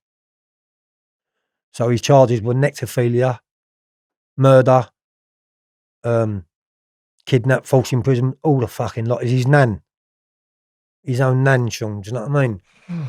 I actually felt obliged to do these people. I thought it was, in the end, I believed it was down to me to do these people because that's justice, do you know what I mean? I was giving them justice for what they put people through outside. Convict justice. Convict justice, do you know what I mean? So, on this one occasion, Shaun, he was the biggest guy, he was a lot bigger than me. But I'd got the information the night before from the screw, and I went up to one of my friends, Tony, and I said, look, Tony, I said, there's a guy in here, he's a right fucking naughty one. He needs really serving up. I said, do you mind standing on the door while I go in there and do him? So I had a tin of tuna in a sock, wrapped up, right? But I had an escapee suit on, and house block 4 is CCTV up to maximum. There's cameras everywhere. You've got high profile cases in the Shaun. So basically they see me coming in and out of that cell, do you know what I mean? From the securities. And they put me under investigation. The police come in and question me, put me down in a segregation unit, allegedly. So what happened was, allegedly, Shaun, is I'd seen him in his cell and he had his back to me. So I've gone in from behind him. I've gone crash. I've smashed him over the side of the head there, the tin of tuna. He didn't go down. He was a big guy. He didn't go down. So I've run in there and I started smacking him up, started having a fight with him. And to be honest, he was getting better with me, Shaun. He was a big guy. I was like 11 stone and he was probably about 13, 14 stone. Do you know what I mean? He was a lot bigger than me. He was getting the better of me. So my mate on the door, Tony, he see what was happening. And I shouted out, Tone, quick, get in here. Do you know what I mean? Because he was at the door. And in the end, the guy, the paedophile, was in a neck hold like that. He was laid across the bed like that, and my mate had him in a neck hold like that. And I was just going bang, bang, bang, bang, as far as I could up his kidneys and up his ribs. And I was punching him for about 5 minutes. And as I was hitting him, I remember it, every time I was hitting him, it felt like I was hitting a calf or a cow. You know, like a bit of frozen meat. I was pole driving him. I must have hit him about 10 times, all around the kidneys. Every time he was doing that as I was hitting him, I was really smashing him. Cracked ribs, probably. Yeah. So anyway, I'd left him on the floor. He had a little cut on the side of his head. Tuna allegedly left him on the floor. He had a little cut on his head, and he went on the floor like a sack of shit. And I come out of there, and I felt so good about it because I knew what charges he was in for. Right. I've heard of like fucking killing his nan. I've heard of rapists of grannies, but not rapists of corpses of grannies. I've never heard that before. Yeah, killing his fucking nan. Do you know what I mean? Smoking crack round her, laying her out on a fucking table and putting all candles round her and having sex with her. So he had to be. Do you know what I mean? He had something coming. Of course, yeah. Do you know what I mean? And it was his own fault, really, for not going in protection. He fancied his chances on normal location. That's what happens. Yeah. In his long-term jail. Sorry, but that is what happens. If you're in for a naughty charge in a long-term jail, you're going to get served up. There's no getting away from it. We had one in our jail who took his chance, and he went to court one day, and then he was headline news on the TV in the day room. And he'd done something to his niece or something. Fucking naughty. And he was a cellmate with the head of the Mexican gang. Oh my God. So he was so like ashamed of having this guy. The guards do a security walk every 30 minutes. Patrol. They waited until the guard did his walk. And I was in the cell next door, and they tortured this guy until the next security walk. And I've never heard anything like it. Like sounds of like a cat getting killed or something, the screams. They kept him alive, and when he came out, he was covered in blood from head to toe. and he managed just to get to the plexiglass door and go like Just this, and the get guards, out. and he collapsed, and that was it. We never saw him again. Yeah, yeah. That's in Hard Time. If anyone wants to read that, But yeah, I've started reading your book. It's absolutely amazing. Thanks. Fucking brilliant. I like the bit about the cockroaches when I was coming out of the walls and you couldn't get away from them, Shaun. And it was like that when I was in what jail was I in? And I was full of cockroaches, Rochester, years ago. I remember waking up early hours in the morning and like hearing rustling of my like cornflakes and Rice Krispies rustling all over the wall. Yeah, and I used to remember. We ended up having to try and like collect our toothpaste and then toothpasting all the cracks. Yeah, it's fucking naughty, isn't it? It's disgusting. Yeah. So yeah, allegedly, this paedophile got attacked, and I got pulled in for it, Shaun. The schools questioned me. They put me in the segregation unit, and they said, "You're saying you didn't do it, but we've got CCTV of you coming outside of that cell and you going inside that cell and you coming out of that cell smothered in blood. What have you got to say about this?" So, allegedly, I said it wasn't me. I said I heard him screaming when we was on the association that evening.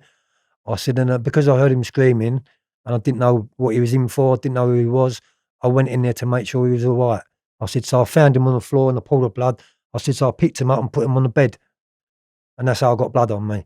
So basically, we got put down the segregation unit for investigation.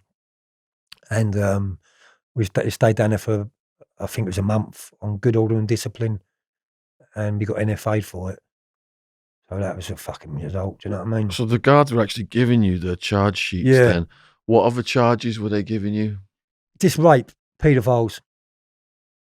There was a little bit of stigma flying about at that time because this is the story, Shaun, yeah?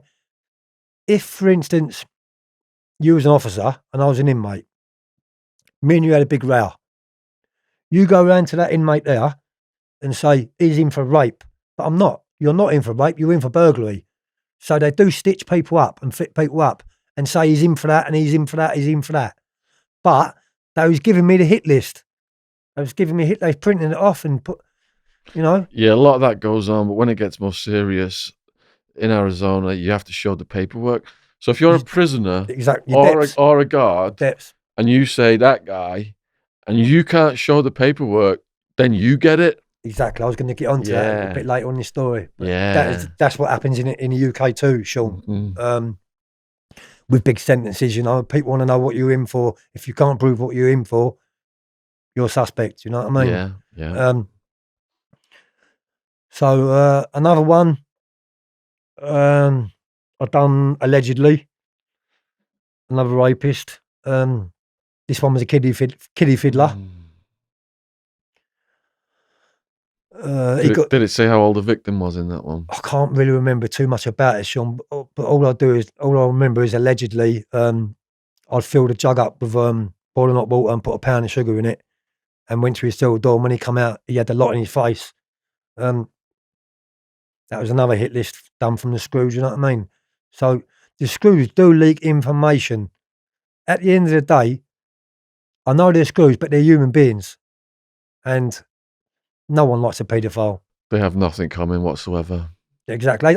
You know, even to this day now, they deserve what they get because what they put the people through outside, Shaun. Do you know what I mean? We've put this to the public and they thoroughly approve of convict justice.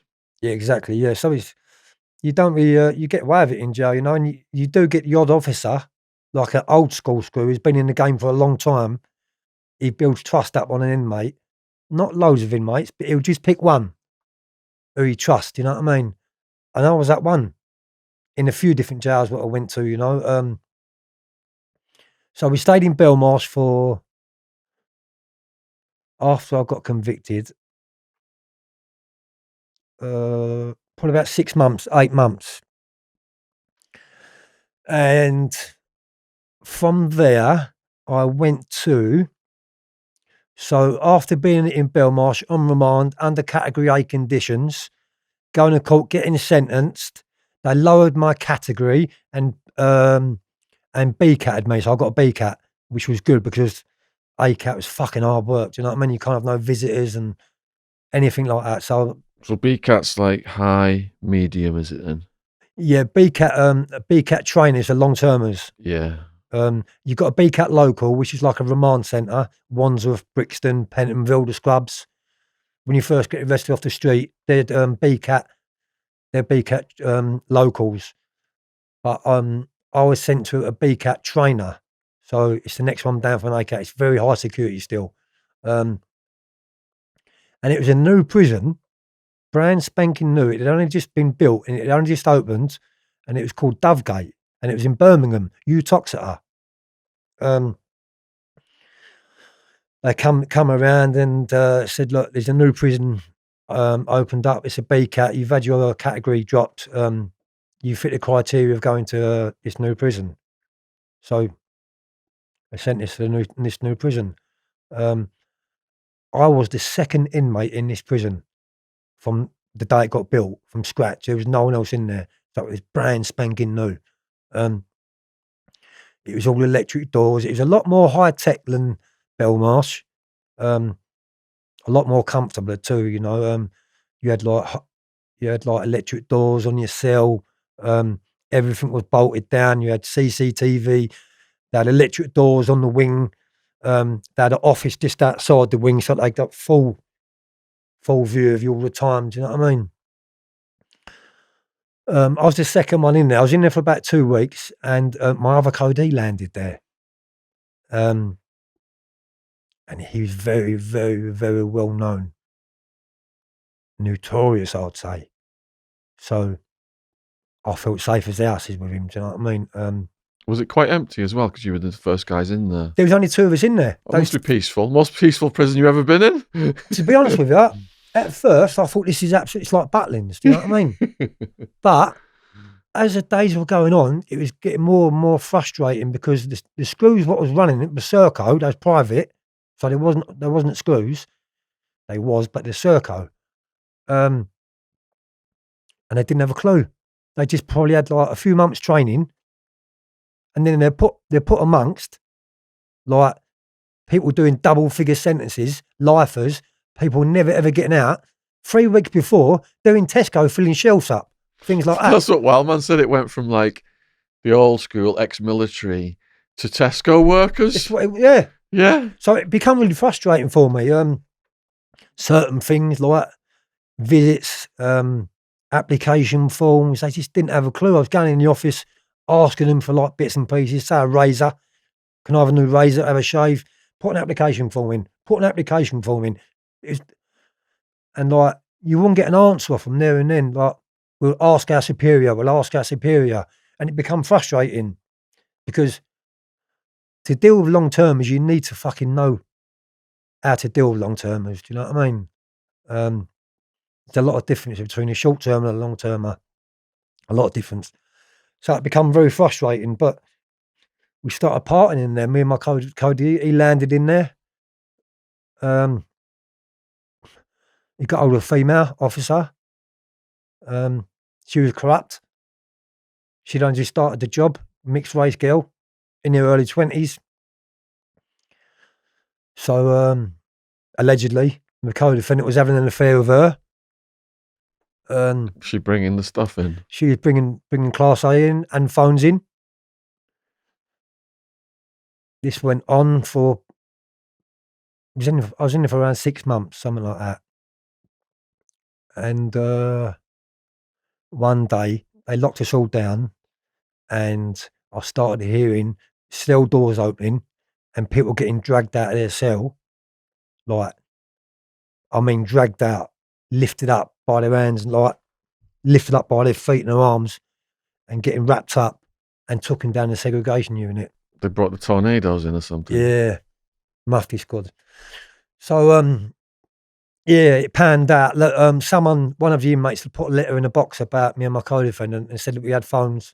There's always a jealous person, isn't there? Yeah, it didn't last 6 months. If he's having sex with the staff, I'm going to get rid of him and I can have sex with that kind of mentality. Or getting something, but we're not getting, he shouldn't be having it. Do you know what I mean? It always gets spoiled, doesn't it? Yeah. I met Ronnie O'Sullivan in there. You know, Ronnie O'Sullivan, snooker player. Oh, yeah. Yeah. His dad's doing life. He's got a life sentence. His story is, and this is what I know. One of my friends who I was brought up with, he had a mechanic's garage. He was a mechanic, and he had a little Fiat place in Streatham Vale where I was brought up. He was a straight goer. He was fixing cars for a living. So he was in Kelvin, his name. He was in a bar in Fulham, and he was having a bit of a domestic with his girlfriend out the front. Only arguing, they were both coked up. He was drinking, one thing led to another. He didn't hit her or nothing like that, but there was big work, like swearing at each other. Ronnie O'Sullivan, allegedly, come outside, broke a pills bottle on the wall, and stabbed my mate in the throat.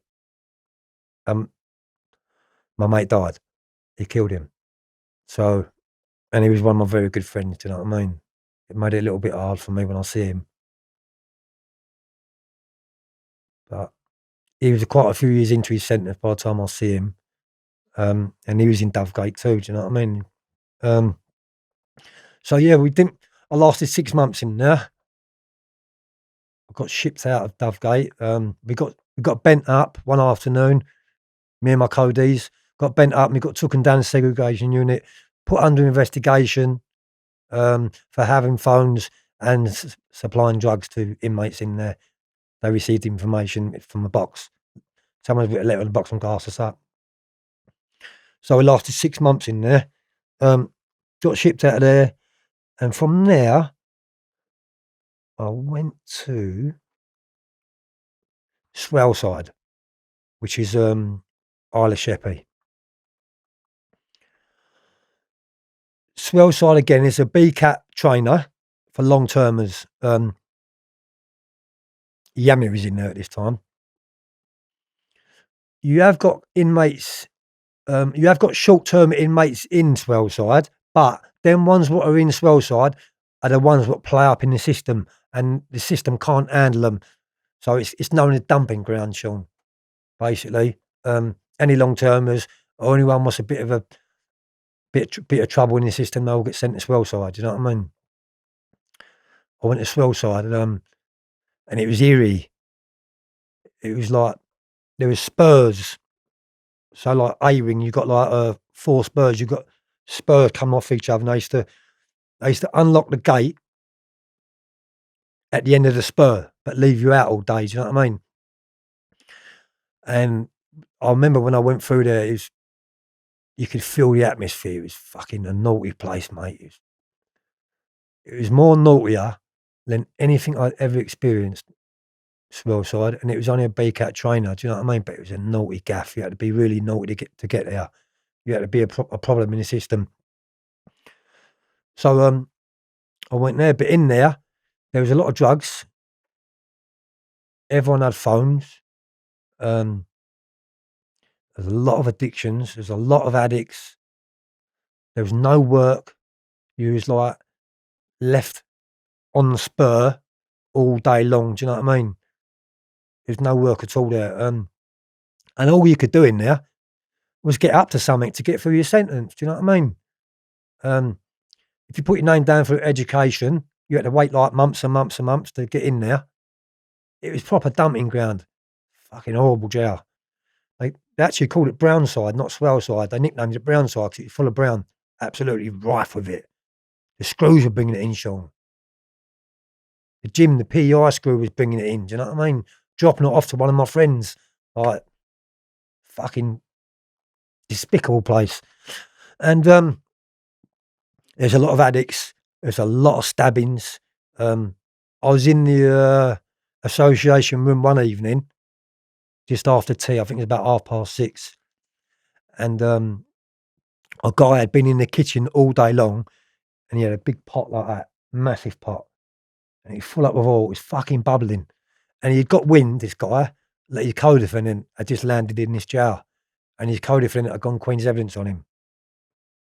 So I don't know whether the system was doing it to set them up. I don't know. Do you know what I mean? But they put them both on the same fucking wing, and they'd both gone Queen's evidence on each other. So it was inevitable what was going to happen. Do you know what I mean? But this poor guy, he was sitting in the association room watching telly, just like we are now. And this other guy come from behind him with his pot of fat and just sat out on his head, boiling hot fat. It'd been on the pan for like hours, boiling. I'll never ever forget the screams, and his face went from like that to like that. Just melted off. His face just melted off, and they nicknamed him after. That was his nickname. But them type of things was happening on a regular basis, you know. Because the drug dealers in there, what they was doing, they were selling like heroin, and they was giving you a strap, like bow. So basically, you could get like up to £200 worth of heroin off them. On credit. On credit. So what they used to do is,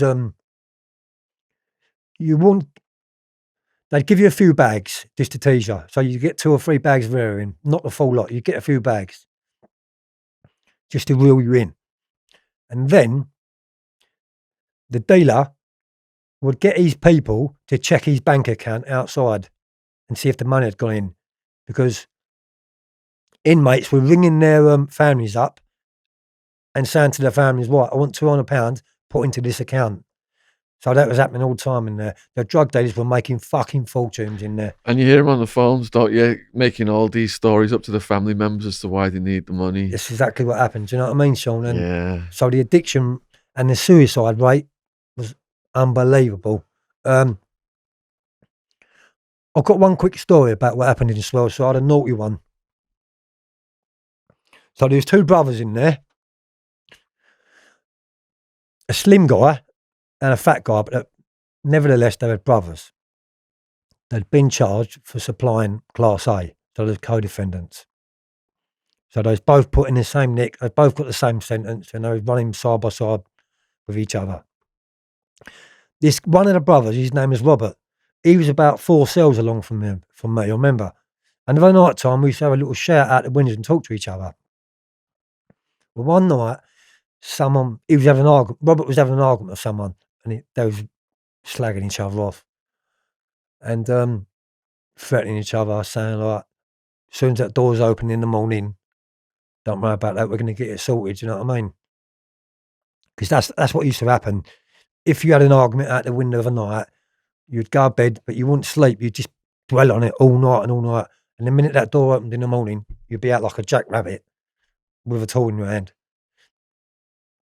So this went on for early hours in the morning. They're both really coating each other off. And you know, when someone has a row, you think, oh, there's going to be nothing, do you know what I mean? They forget it by the morning, Shaun, it'd be over and done with. Yeah, I've seen that. This guy didn't forget it, do you know what I mean? What he done, he ripped his table leg off, lump of wood, lump of 4x3 wood like that, about that high, chunk like that. And he got a big nail stuck in the end of it. In the morning, the screws open the doors up. He run in to the other guy's cell. The guy had a green blanket over his head. He was asleep. He was a heroin addict, and he was withdrawing. He was in bed. He was in a bad way. This guy's running inside his cell with his table leg. He's still in bed, and he's gone smash straight over his head. And the nail has gone into here. Fuck. That's like the temple. Listen, nail's gone into there. About an hour later, it's locked down. All the screws, they've got to do a roll check. The guy what's done it, he's gone back in his cell, got out of his clothes, washed his hands. That's it. He's done it. It's over and done with. We all fought anyway. So, because I heard the argument and I heard what was going on, I thought I'm going to go and have a look and see if he's all right. So I went inside the cell, I pulled the blanket back, and he wasn't moving, but there was like green and grey stuff coming down the side of his face from his temple, green and grey. He was dead. It's his brains. It's his brains. He's murdered him. Do you know what I mean? And you're at the scene of the murder. Yeah, I was 2 cells along from it, and I see the dead body and all, and I saw the green and grey stuff come down the side of his head. Didn't that put you at risk of him thinking you'd done it? He actually got arrested for it. The guy what done it, he actually got arrested and got convicted. He went in. Yeah, he got a life sentence for it. Do you know what I mean? He didn't get away with it, Shaun. Yeah. But, you know, things like this was happening all the time in there. Suicide rate was fucking over the roof. People cutting their wrists, people hanging themselves. And a lot of it was down to drugs, addiction, Yeah. smack, How were they killing themselves? cutting their wrist, hanging themselves. There was at least, while I was in there was at least 3 suicides, and I was only in there 12 months. At least 3 suicides and that murder. It was a really naughty gaff. And when you went out on the exercise yard during the daytime, you had to put hardback books all around your waist, just in case you get stabbed in the torso and someone tries to kill you. Do you know what I mean? Just the place Yami was putting his books. Yeah, he would have been Swale there. side. Yeah. Yami's been in a few times for those sides. Yeah. I've actually seen Yami in there a few times in Swale side. That wasn't the one where he did that, all of the stabbings on that one day, was it, in Swale side? I think so, yeah. Was it? Yeah, I think so. Where's it based? What do you mean? Where is it? Where is Swale Oh, side? Isle of Sheppey, Sheerness. Where is that? Laysdown, Kent. Oh, Kent, okay. Kent, it's that way. Yeah. So it's south, do you know what I mean? Yeah. But yeah, it was a dumping ground, and anyone what played up in the system or was known as like trouble. All the problem cases. Yeah, was put in this fucking Swale side. So was that the only murder that you saw quite close up in Swale side? Yeah. Yeah, I must admit that was the only one I see in there, but numerous fights, numerous slashings. Over drug debts, I imagine. Yeah, it was because like you was getting strap in there. The drug dealers were giving you £100 worth of drugs on tick. You know what I mean? And to an addict, they didn't care about like whether he was going to get paid or not. Shaun, I just wanted their fix. Do you know what I mean? So it was rife in there. It was fucking rife, and that was the first time on my sentence I actually felt nervous. Did anyone test you? No, because my other co-defendant was with me, and he was notorious. He was big in the game. So I've got, you know, he took me under his wing, but everyone knew that if they had a pop at me, he was by my side. Do you know what I mean? And he was naughty, very, very naughty. Do you know what I mean? Did you have your own cell? No. Another story I've got to tell you about. Yami knows about this one as it happens. I was in Belmarsh before I got sent before I got convicted, Shaun. And they put another guy in my cell. So around 4 or 5 o'clock in the morning, the guy was getting up and he was turning the light on and he was praying. I've got nothing against religion, by the way.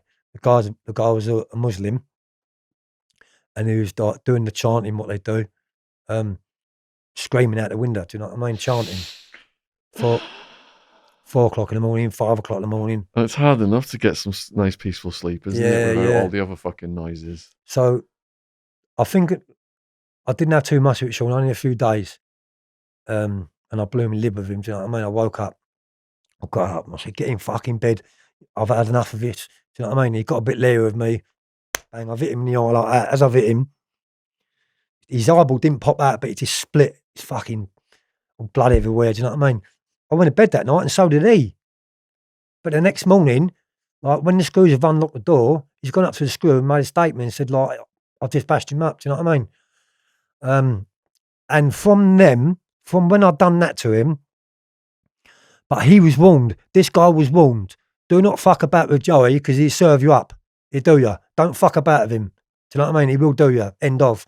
My co-defendant actually said to this guy, do you know what I mean? If you mess about with him, do not mess about it, do you?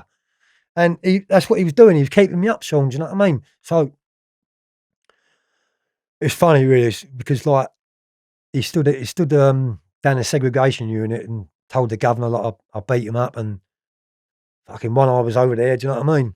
I made him boss-eyed. Well, I hit him so hard. You know, his eye went in his head.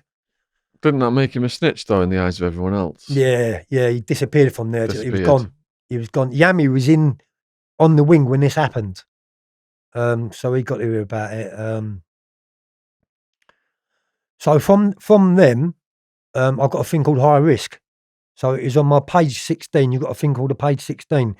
The screws keep a record of all the bad stuff you do on a page 16. And it was on my page 16, yeah, is high risk. Don't ever put another inmate in your cell. Because So it done me a favour in a way. I do regret beating him up. Do you know what I mean? I should never have done it. But from when I'd done that, they never ever put another person in my cell again. You can't have your sleep messed with. It's so important, isn't it? When you're doing a long sentence, do you know what I mean? Yeah. He was only doing 18 months or 2 years. Do you know what I mean? Criminal damage or something stupid like that. And well, you got to look at it, Shaun. If you let someone take a piss out of you while you're doing them long sentences, you're going to be a mug the whole sentence. Do you It's know what I never mean? going to end. The first person that has a go at you, you've got to make an example of them. You've got to. Otherwise, they'll be lining up at your door. You've got to make an example of them. Otherwise, you're going to be bullied. Do you know what I mean? They're going to take a piss out of you. Another story I've got, a hard-hitting story, Shaun, was in Belmarsh again. This is really funny, this one.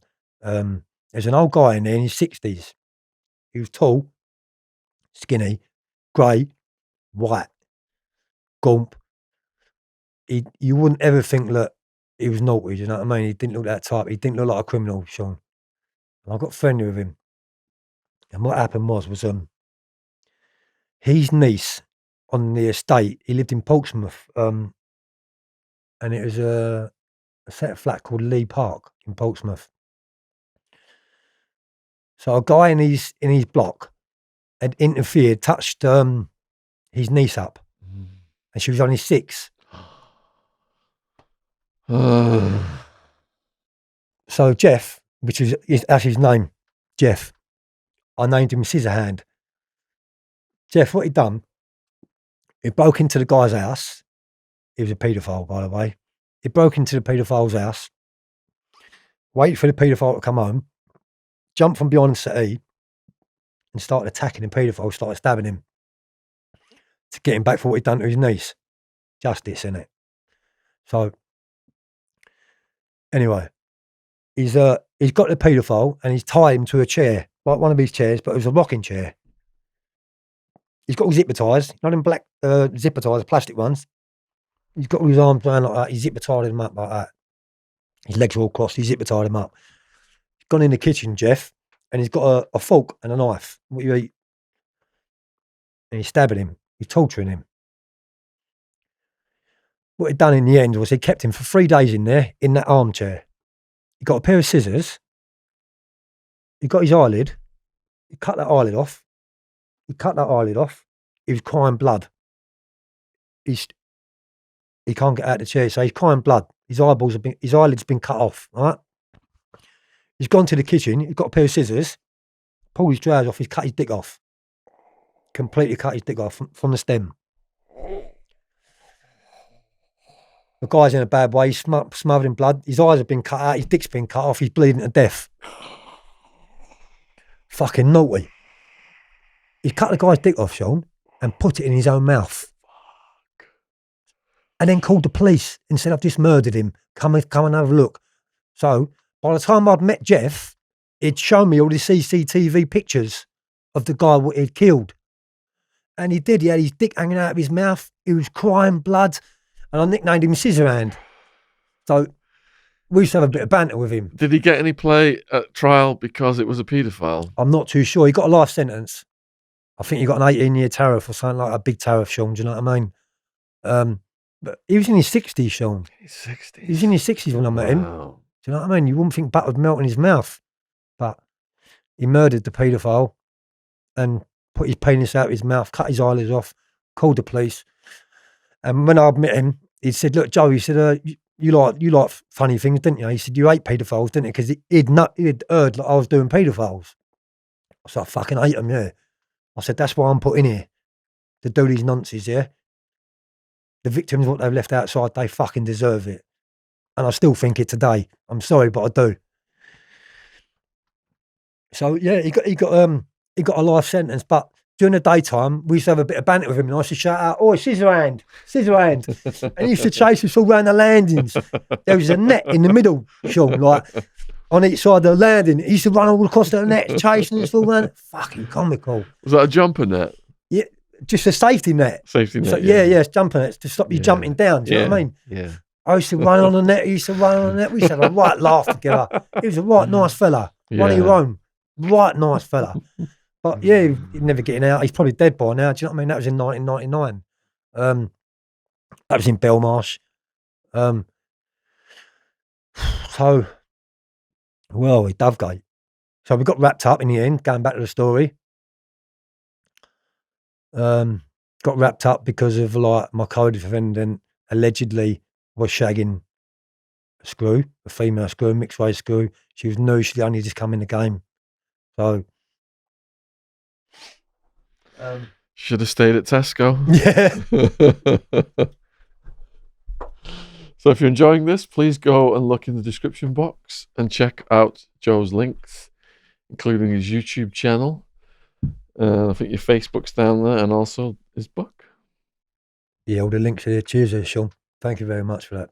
So, yeah, Dovegate, and then from Dovegate, we got ghosted out of there under heavy security, and I got sent to Whitemore. Yami was in Whitemore, so I was rolling with Yami. We was all having it together. Yami knows my co-defendant very well, who I was arrested with, Mr. Big, I called him. So it was like family, you know what I mean? We had each other's backs, but in Whitemore, it was different to the other jails, Shaun. A lot different, intense. For instance, you got people in there was never getting out. So straight away, I met the Essex Boys murderers, Mickey Steele and Jack Holmes. The two of them got arrested for it. And after seeing Jack Holmes and Mickey Steele, and after being with them for like a good few months, I can honestly say that weren't them what done that murder. It was stitched up. I can honestly and put my hand on my heart and say that wasn't them what done that murder. There was nothing at all to do it. There was not that type whatsoever. Do you know what I mean? They was the nicest people you could ever meet.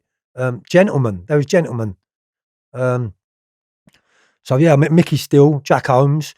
I've got a little story about Kenneth Noyle. He had just been arrested for the allegedly. Oh no, he did get arrested. It's not allegedly. He did for the manslaughter, road rage on the M25. Just previously, he just got out of a big sentence for doing something in his back garden. Basically, undercover police had him under surveillance, and they jumped over his he had a big back garden. They jumped over his back garden, so Kenneth's dogs heard intruders coming into his garden. Do you know what I mean? One of the officers died over it. Do you know what I mean? And he got a very big long sentence over it. He should never have got sentenced for that because they've come in his back garden. He was only defending his own place, and his family, do you know. But he was in there, and he was on, because in Whitemore you had a thing called food boats. So basically, it was all cliques in there. When you went in there, if you didn't have your depth or your statements, you got 2 weeks to get them and produce them.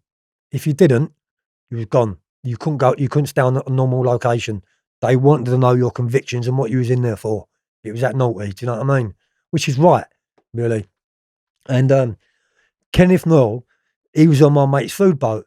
So each week, like, you all put like a 10 or 15 quid in or something, and they go out once a month, the screws, and bring you in your canteen, and you've got fridges and freezers on the wing.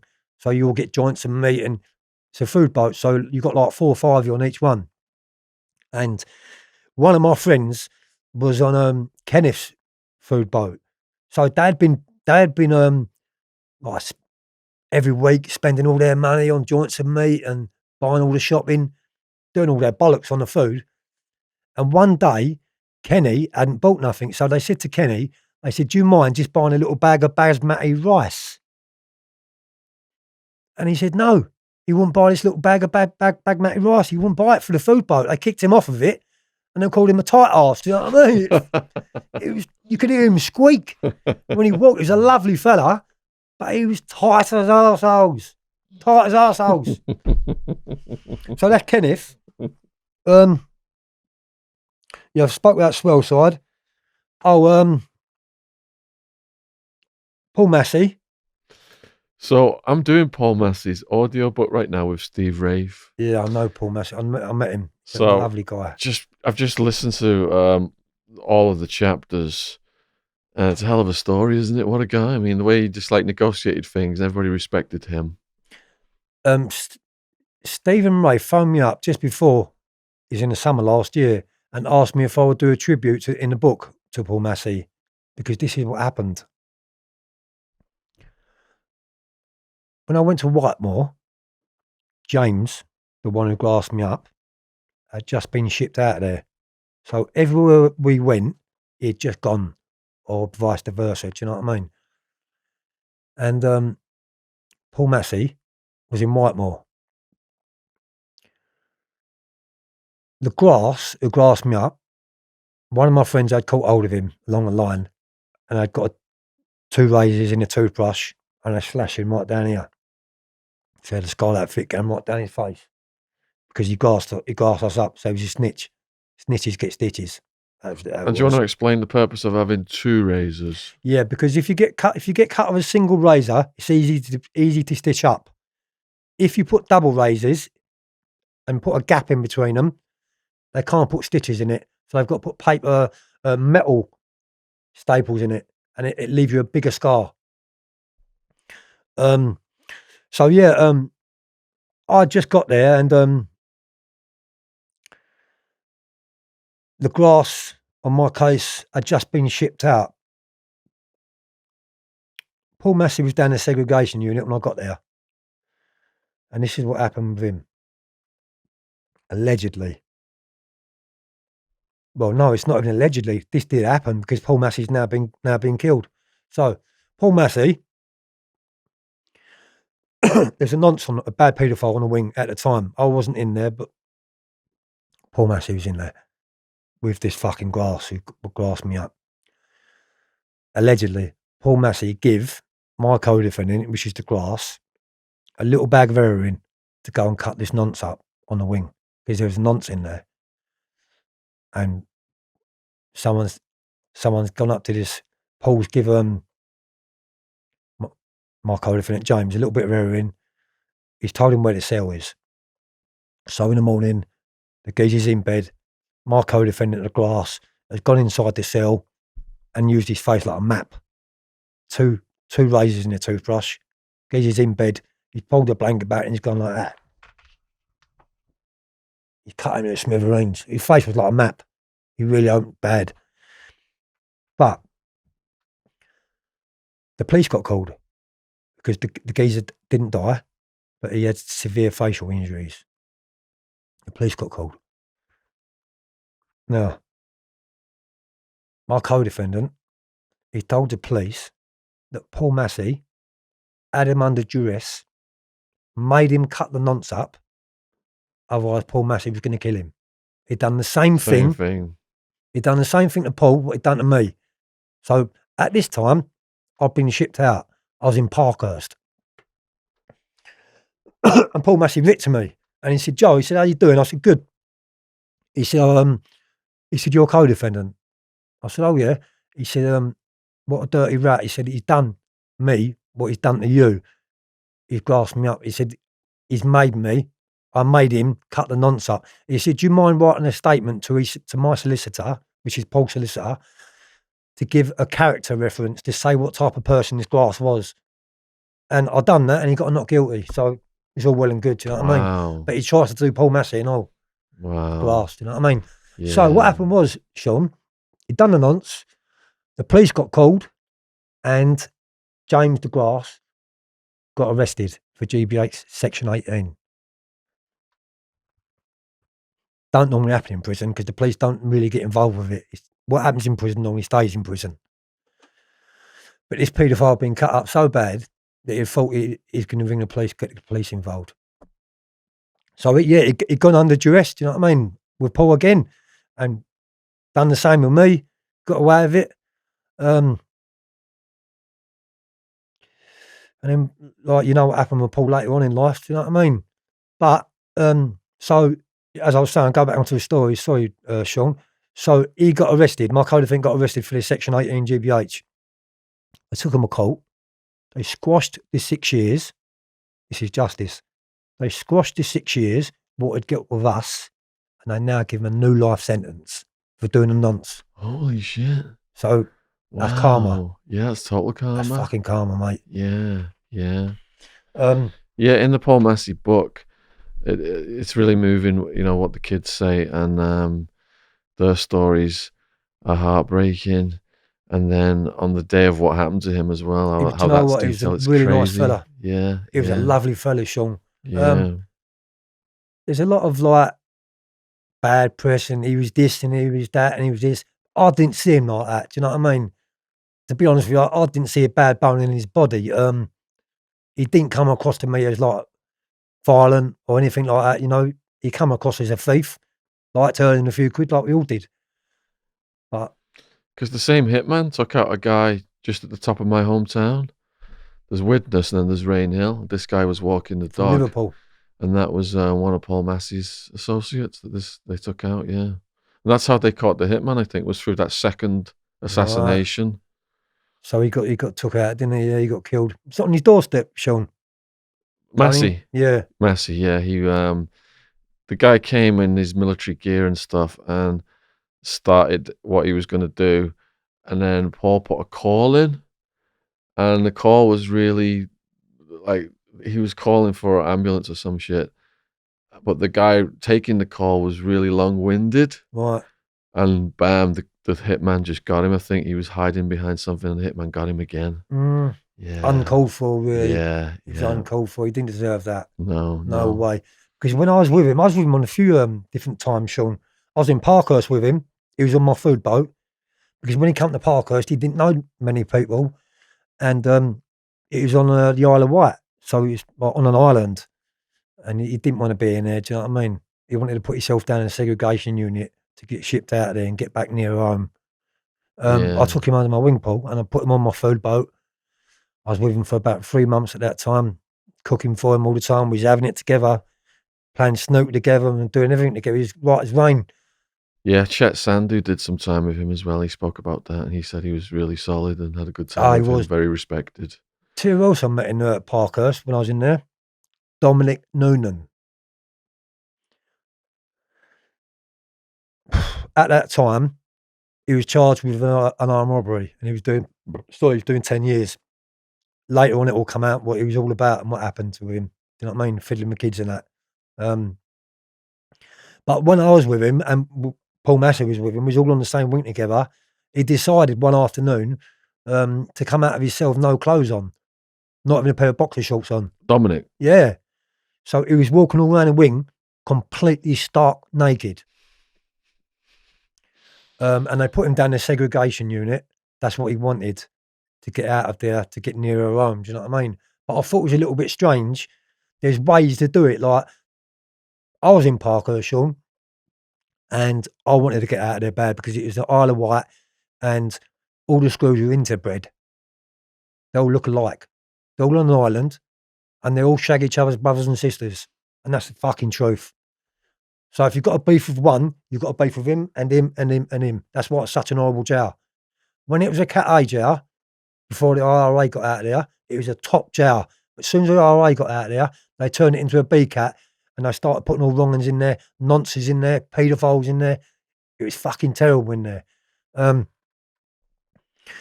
So yeah, I see Dominic in there and he got shipped out. Where did I go after that? Parkhurst.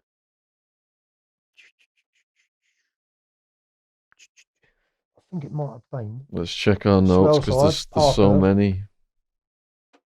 I think it was.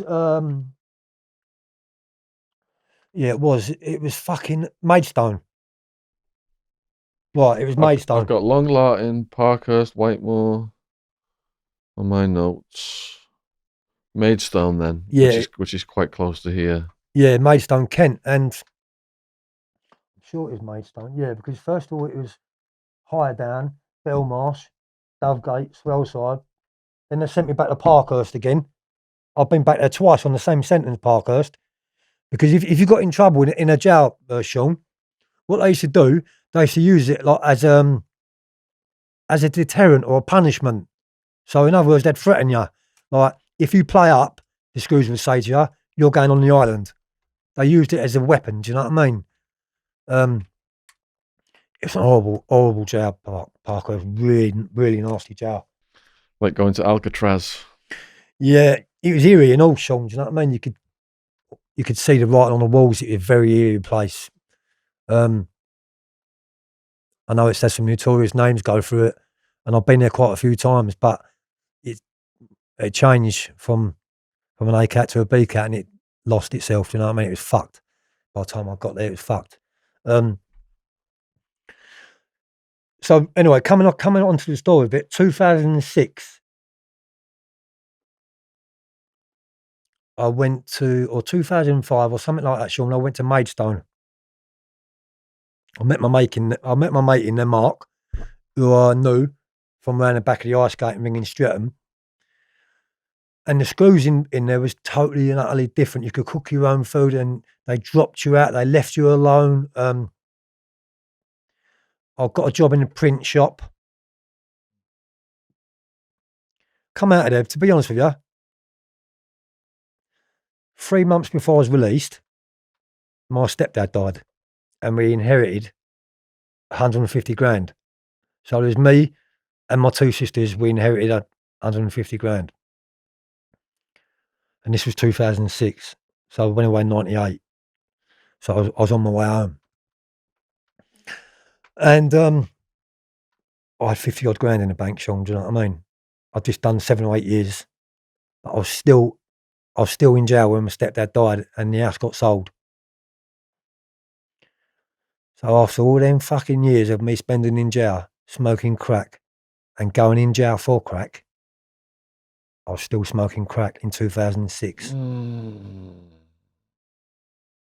I was going through my money like it was water whilst I was inside. 2006, after doing that long. That's a shame. I got out.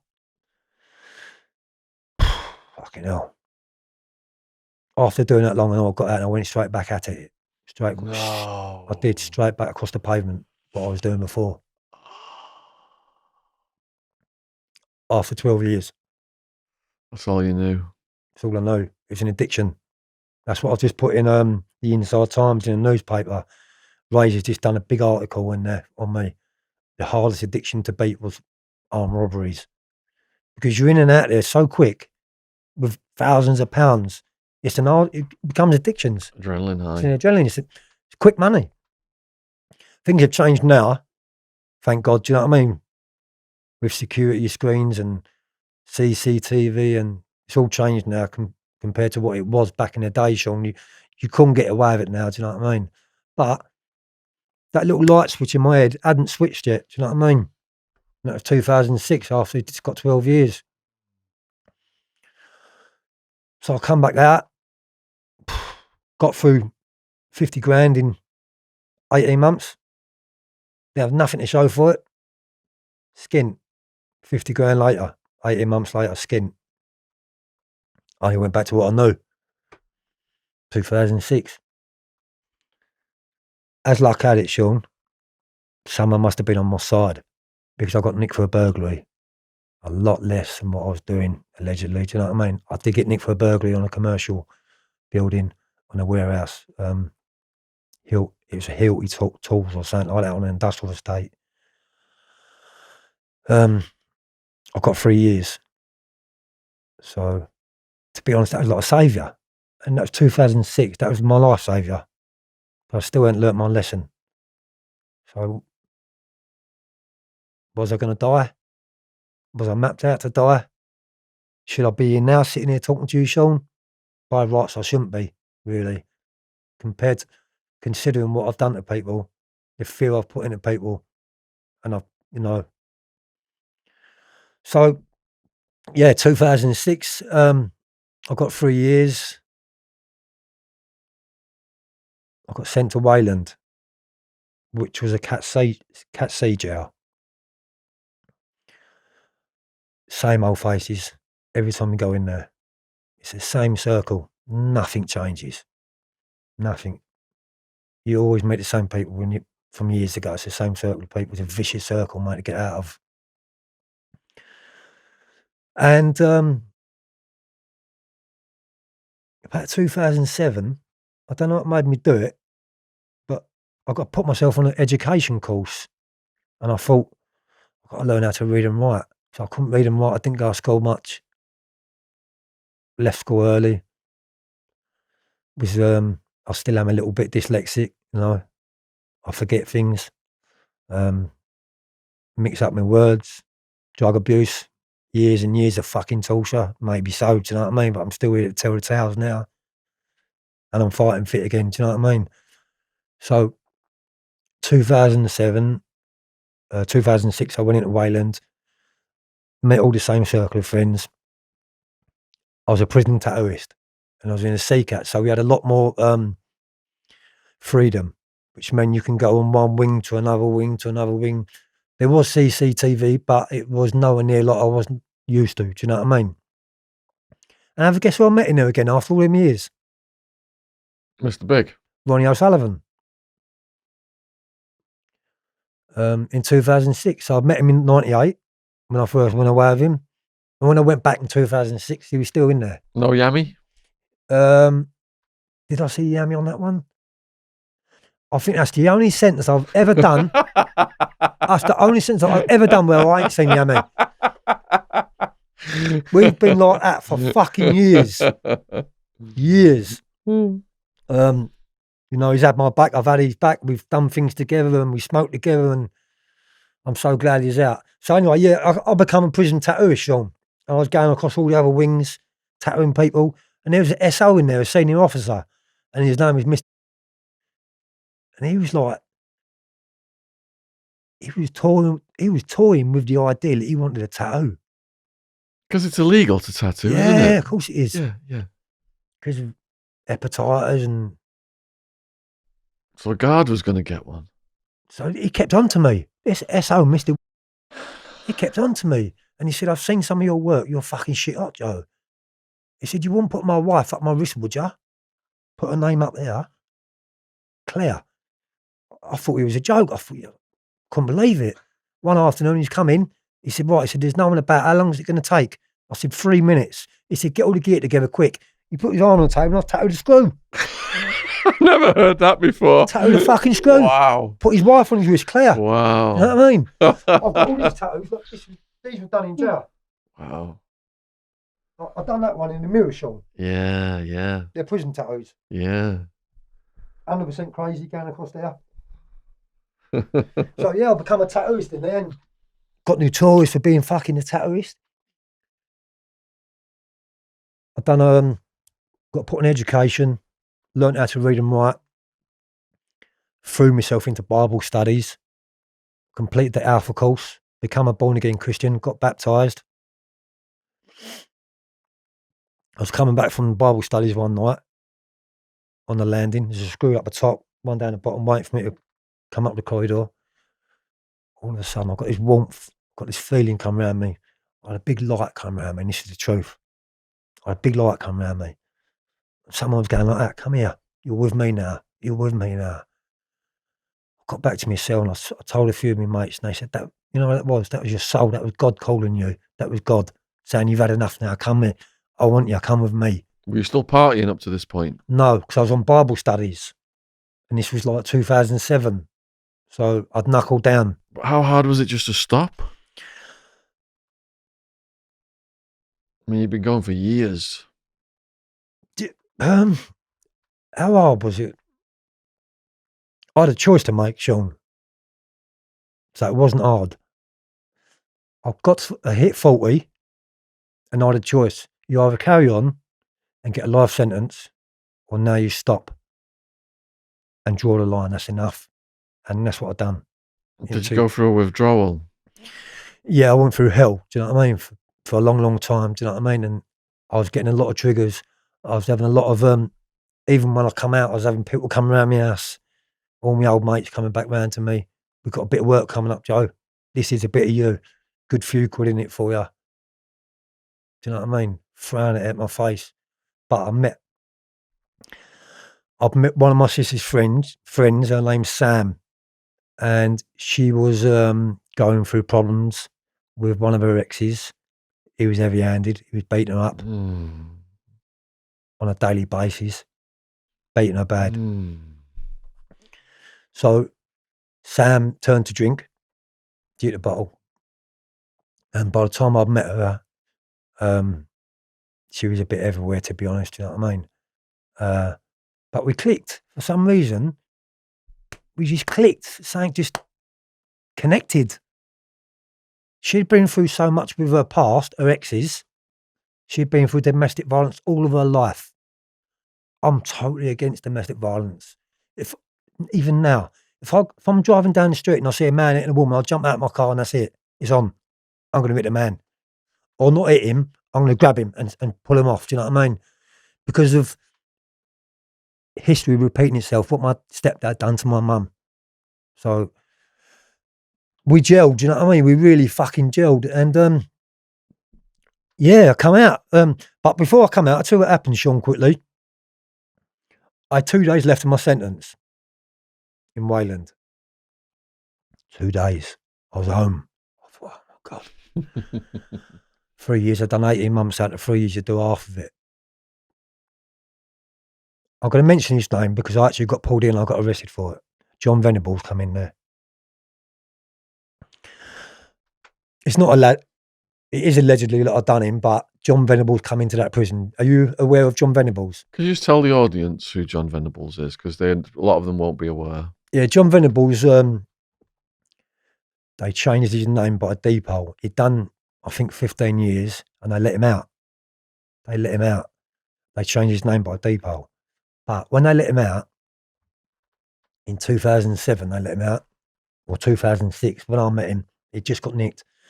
When they'd let him out, he was under surveillance, he was on the sex register, and yet the sign on at the police station because he's a fucking nonce, you know what I mean? And the police raided his house and they took his computers and they found child porn all over his computers. Paedophilia all over his fucking computers. If you YouTube him, you'll see who he is. Right, nasty bit of work. So anyway, another screw, well, the same screw who I'd done a tattoo on, I've got 2 days left. So I'm working as a cleaner on the wing. The SO come down to me. He said, Joe, you never guess who's just come in here? I said, go on. He said, John Venables. He said, he's upstairs. He's changed his name by default, but it's him. It's easy stuff. He showed me all his paperwork. He'd been recalled for the stuff on the internet. So he said to me, and this is the truth. This is not allegedly, this is the truth. Allegedly, sorry. Mr.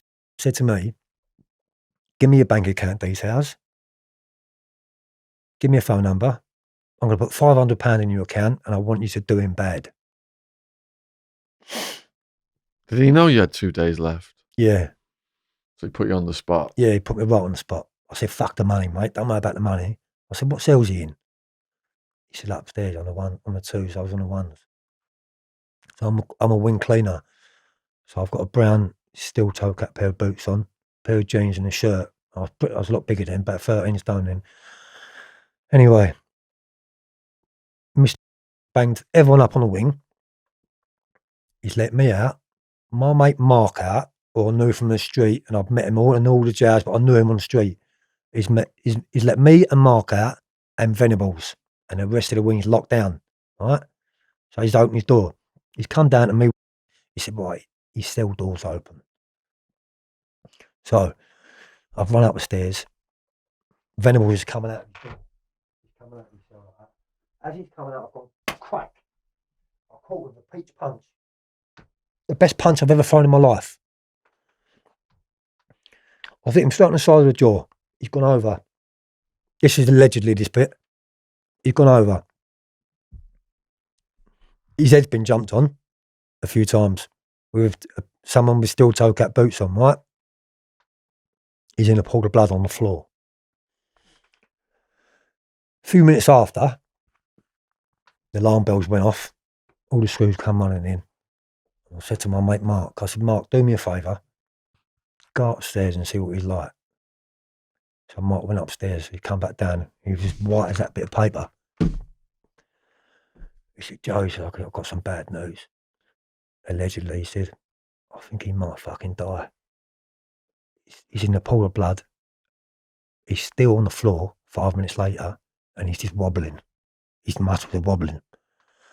Got 2 days left. Same night, Mr. Come back to my cell door. Don't panic, Joey, but you've got a visit from the police. But don't panic, he said. What's going through your head at this I've point? got 2 days left. You think you're going to get life done? Yeah. Allegedly, you know what I mean? But police did come. CID, a woman. She had on a visit. I'm petrified now, Shaun. I think that's it, it's game over. I've been through all that bollocks and I've come out of it, and something so fucking silly like this paedophile is going to get me a life sentence. So CID come up and she said, what, Joe? She said, he's picked you out. She said, you're the only guy in this whole prison with a tattoo on your face. He's just come through reception. She said, you're the only one in here. What have you got to say? And I said, boy, this is what happened. I said, I'm a cleaner. Excuse you, we're on the cleaners. I am a reception cleaner. So when new arrivals come through, I'll give them their kit. I'll give them all their paperwork and say, right, you're going to be all right in here. Coach them in. I said, when Venables come through that reception, the first person he see was me because of my tattoo on my face. I said, now that's why he's saying it's me. Yeah. I said, because I'm the only one he's seen on reception. I said, so that's why he's picked me out. Anyway, a few minutes later, she's gone like that. She looked at him like that and she went, thank you very much, Joey. She said, it's going to be NFA. She said, have a nice day and enjoy your freedom when you get out tomorrow. Do you know what I mean? What's NFA mean? No further action. So while she was going like that, reading the paperwork, she's got his name up and I see it. John Venables. She's a woman. She's a CID. Who likes a fucking paedophile, Shaun? NFA, I've got NFA. But after that, Shaun, I don't know what made me switch. Something in my head said, right, that's it. Enough's enough. You know what I mean? You're in your late 40s now. I'm now 53, coming up. If you don't turn it in now, I you can spend the rest of your days in jail. Do you know what I mean? And when I come out of that sentence, I met my sister's friend, Sam. She had problems with her exes. I thought, here we go again, driving up the road, you know what I mean? I said, you used to say to Sam, I said, look, they're following me. And she used to say, don't get paranoid. There's no one following you. Do you know what I mean? It's all in your imagination. One day, because I moved in with her, she had a flat. One day, we've gone back home. And I've been telling her, because I've got a car that I drive, and I've been telling her, I said, I've been followed today, like always. No, you ain't. Anyway, as we pulled up outside the house, bang, car next door to me, 3 CID,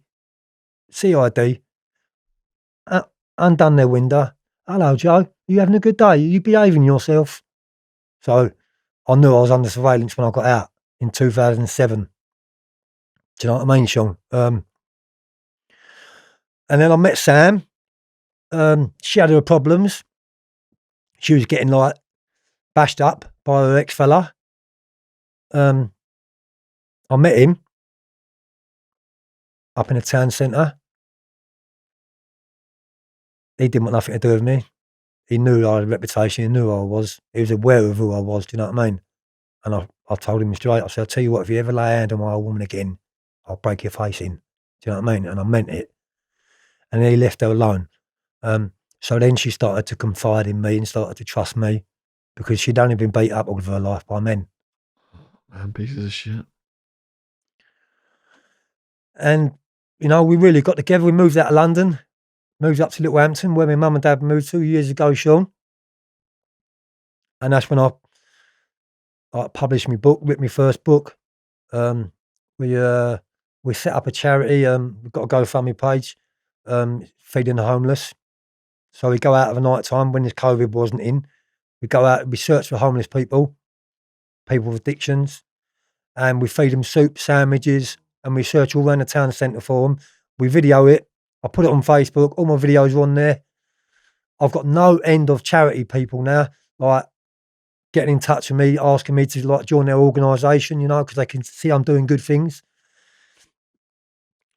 I've just got to a stage in my life where I've had enough, Shaun. Do you know what I mean? I've only got like 20 or 30 years left to live maximum. I'm happy. I'm settled. I'm the most content I've ever been in my life. I've lost quite a few family members along the way, my uncle George and my mum's sister's husband's just passed away recently. Cousin Mark's passed away. My stepdad John's gone. My mum's gone. But yeah, so that's it, Shaun. I'm in Little Hampton at the minute. I'm settled down. I'm happy, and I'm trying to really make amends to what I've done. Do you know what I mean? All the damage what I caused people and all the misery what I put people through, and I just feel it's time now for me to give back to the community what I've taken out of it. And you can't do anything more than that. And the most I can do, the more I can do for the community and give back, I will. I don't get paid for what I'm doing. I'm doing everything voluntary, but I feel it's my right to do that. Do you know what I mean? And you became a peer mentor for young offenders. Yeah, there's a firm in Worthing called CGL, Change, Grow, Live. They work with drug addicts and drugs and alcohol. I went there for an interview, and they took me straight on, put me on a course. I've done induction courses and other courses, completed them. So I've become a peer mentor, working with young offenders. Everything's going really nice now, Shaun. For once in my life, I'm the most happiest I've ever been. That's good to This hear. is the most happiest I've ever been in my life. And what made you want to write the book? What made me write it? To be honest, Shaun, sorry, it's my phone. I tried to write it a few years ago whilst I was in jail, but I never ever got round to doing it. I probably filled like 100 pages up of an A3 pad, do you know what I mean? But where I was in prison, I never got round to doing it. So why I've written it really, Shaun, is for awareness and for the younger generation to read that book and not to follow my footsteps, because crime is not glamorous. You always put that on silent 'cause it's going to come through onto the. And like I said earlier, for everybody, if you go down the description box, we've got Joey's Soup Run, Facebook, YouTube pages. Everything's down there if you want to support his work. Yeah. So where I'm at today, Shaun, is we've got the COVID lockdown coming in. Obviously, we're not able to go out and feed the homeless at the minute because it's against the law and all that crap. Do you know what I mean? But yeah, I just want to help people now, and especially young offenders. I've been approached by numerous people. I've been approached by a psychologist who's got a degree in criminology. They want to take me into young offender prisons on that platform as a motivational speaker. So I've got that to look forward to. I'm doing the peer mentor work, working with alcohol and that. I haven't got much money around me, Shaun, but what I've got is content and happiness. Did you say there's a GoFundMe page link? Yeah, we've got a GoFundMe page which is on Facebook. What we do is the money what comes in from that, I only set the goal for £500 because that's all we wanted. We needed to buy flasks. Out in my car right now, if you come out and have a look at my car, you'll see the back. My boot of my car is full up with sleeping bags. So we went to Argos. I bought 100 sleeping bags, and we search the streets and we give the sleeping bags out to the homeless people, with soups, sandwiches, and things like that.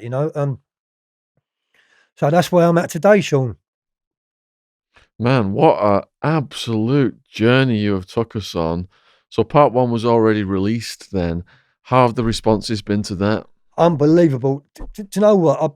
I never, ever, ever in my wildest dreams thought and imagined that I would inspire so many people. The messages and the feedback what I'm getting is so intent and so nice. It actually puts a lump in the back of my throat when I think about it. It makes me cry to know that I'm helping so many people and I'm inspiring so many people not to follow my footsteps, as a deterrent. So the feedback is unbelievable. The last time I checked, it was over 35,000 views on part one of our And first. it's only just gone up recently. It's only just gone up. Going Yeah, straight I've up. got loads more like for the future for us, Shaun. So yeah, this is why I've come onto your platform to obviously share my experience, to put awareness out, and to help anyone what can be helped and wants my help. There's no point of asking me for help if you can't help yourself. If you can't help yourself, then I can't help you. But the first thing to do is reach out and talk to me, and then we can sort things out, and I can help you. Because obviously I've beat drug addiction. I was addicted to drugs for a long time. And today I'm squeaky clean, completely clean.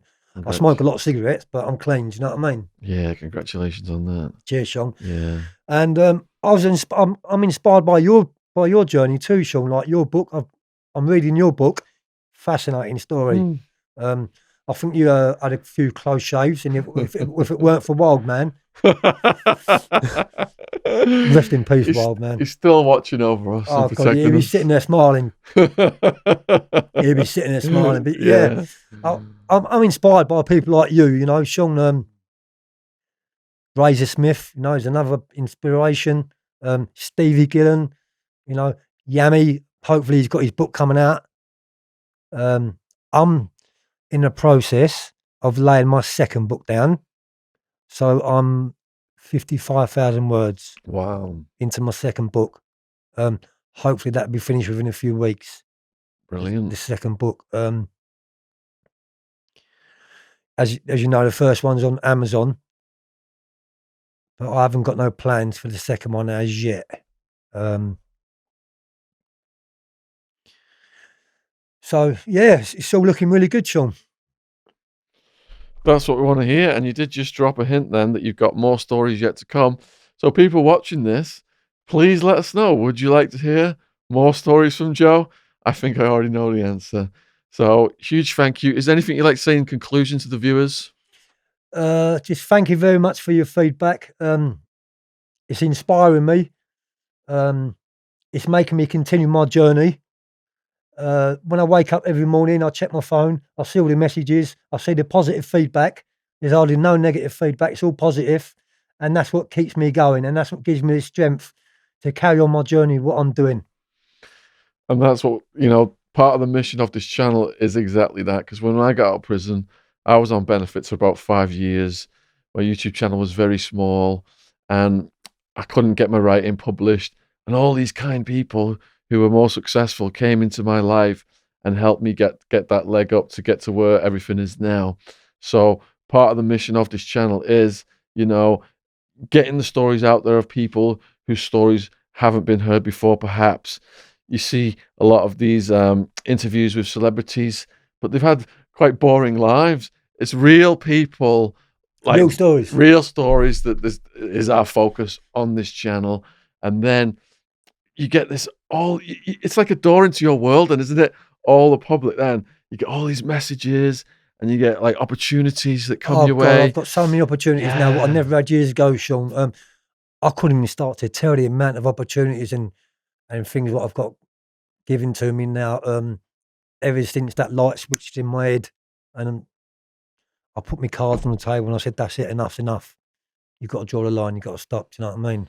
So I don't know where I'm going to go from here. What journey? I know I'm on a lovely journey. I'm on a great journey. Do you know what I mean? I don't know where my journey is going to take me, but at the minute, I've got so many different opportunities being laid in front of me. I didn't have none of them before. When I was taking drugs, when I was a horrible person, no one wanted to be around me. No one wanted to be near me. I was a threat. I was a danger. Now, everyone wants me. Everyone wants a bit of me. They all want to hear my story. I'm inspiring so many people. It's a natural buzz. Better than any drug. I do have a final question. I imagine it's been on people's minds since part 1. Is how did you do the tattoo? How did it come about? Right, it's a little bit of a story before we go. Yeah, go for it. Basically, as I said to you, when I got out in 2006, 2007 on that long sentence, that wasn't enough for me. So I went straight back at it. I wasn't ready to stop. And I went into a tattoo shop and I said to the tattooist, change my appearance on purpose so that it would stop me from committing crime. And that's the reason why I had it. Because now I know, with that tattoo on my face, I do regret it. I must admit I do regret it, and I'd love to have it taken off. I was a bit crazy when I had it. But it's the other flip coin. The other side to that coin is I know I can't go in and commit no more crimes, because as soon as someone sees me, they're never going to forget me. So really, that put the final nail in the coffin for me. There is a little bit more of a story behind it. I had to change my appearance very quickly. Allegedly, I committed more robberies. I got put on remand, and I couldn't get picked out on an ID parade because they couldn't find no one else with a tattoo on their face. But that's allegedly. that's part 3. That's part 3. All right, so huge thank you to everyone who's stuck with us for this 6+ hour journey of parts 1 and parts 2.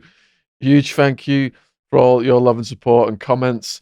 Huge thank you to the new subscribers. Subscription logo is down here in the corner of the screen.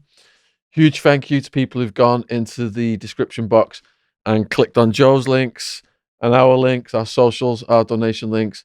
And big thanks as well to James and Joe for coming in and filming these and keeping it all going. All right, give us a hug again. Thank you very much for letting me on your platform, John. Cheers, man. Brilliant, absolutely brilliant. Well done. Thank you very much for allowing me on your platform to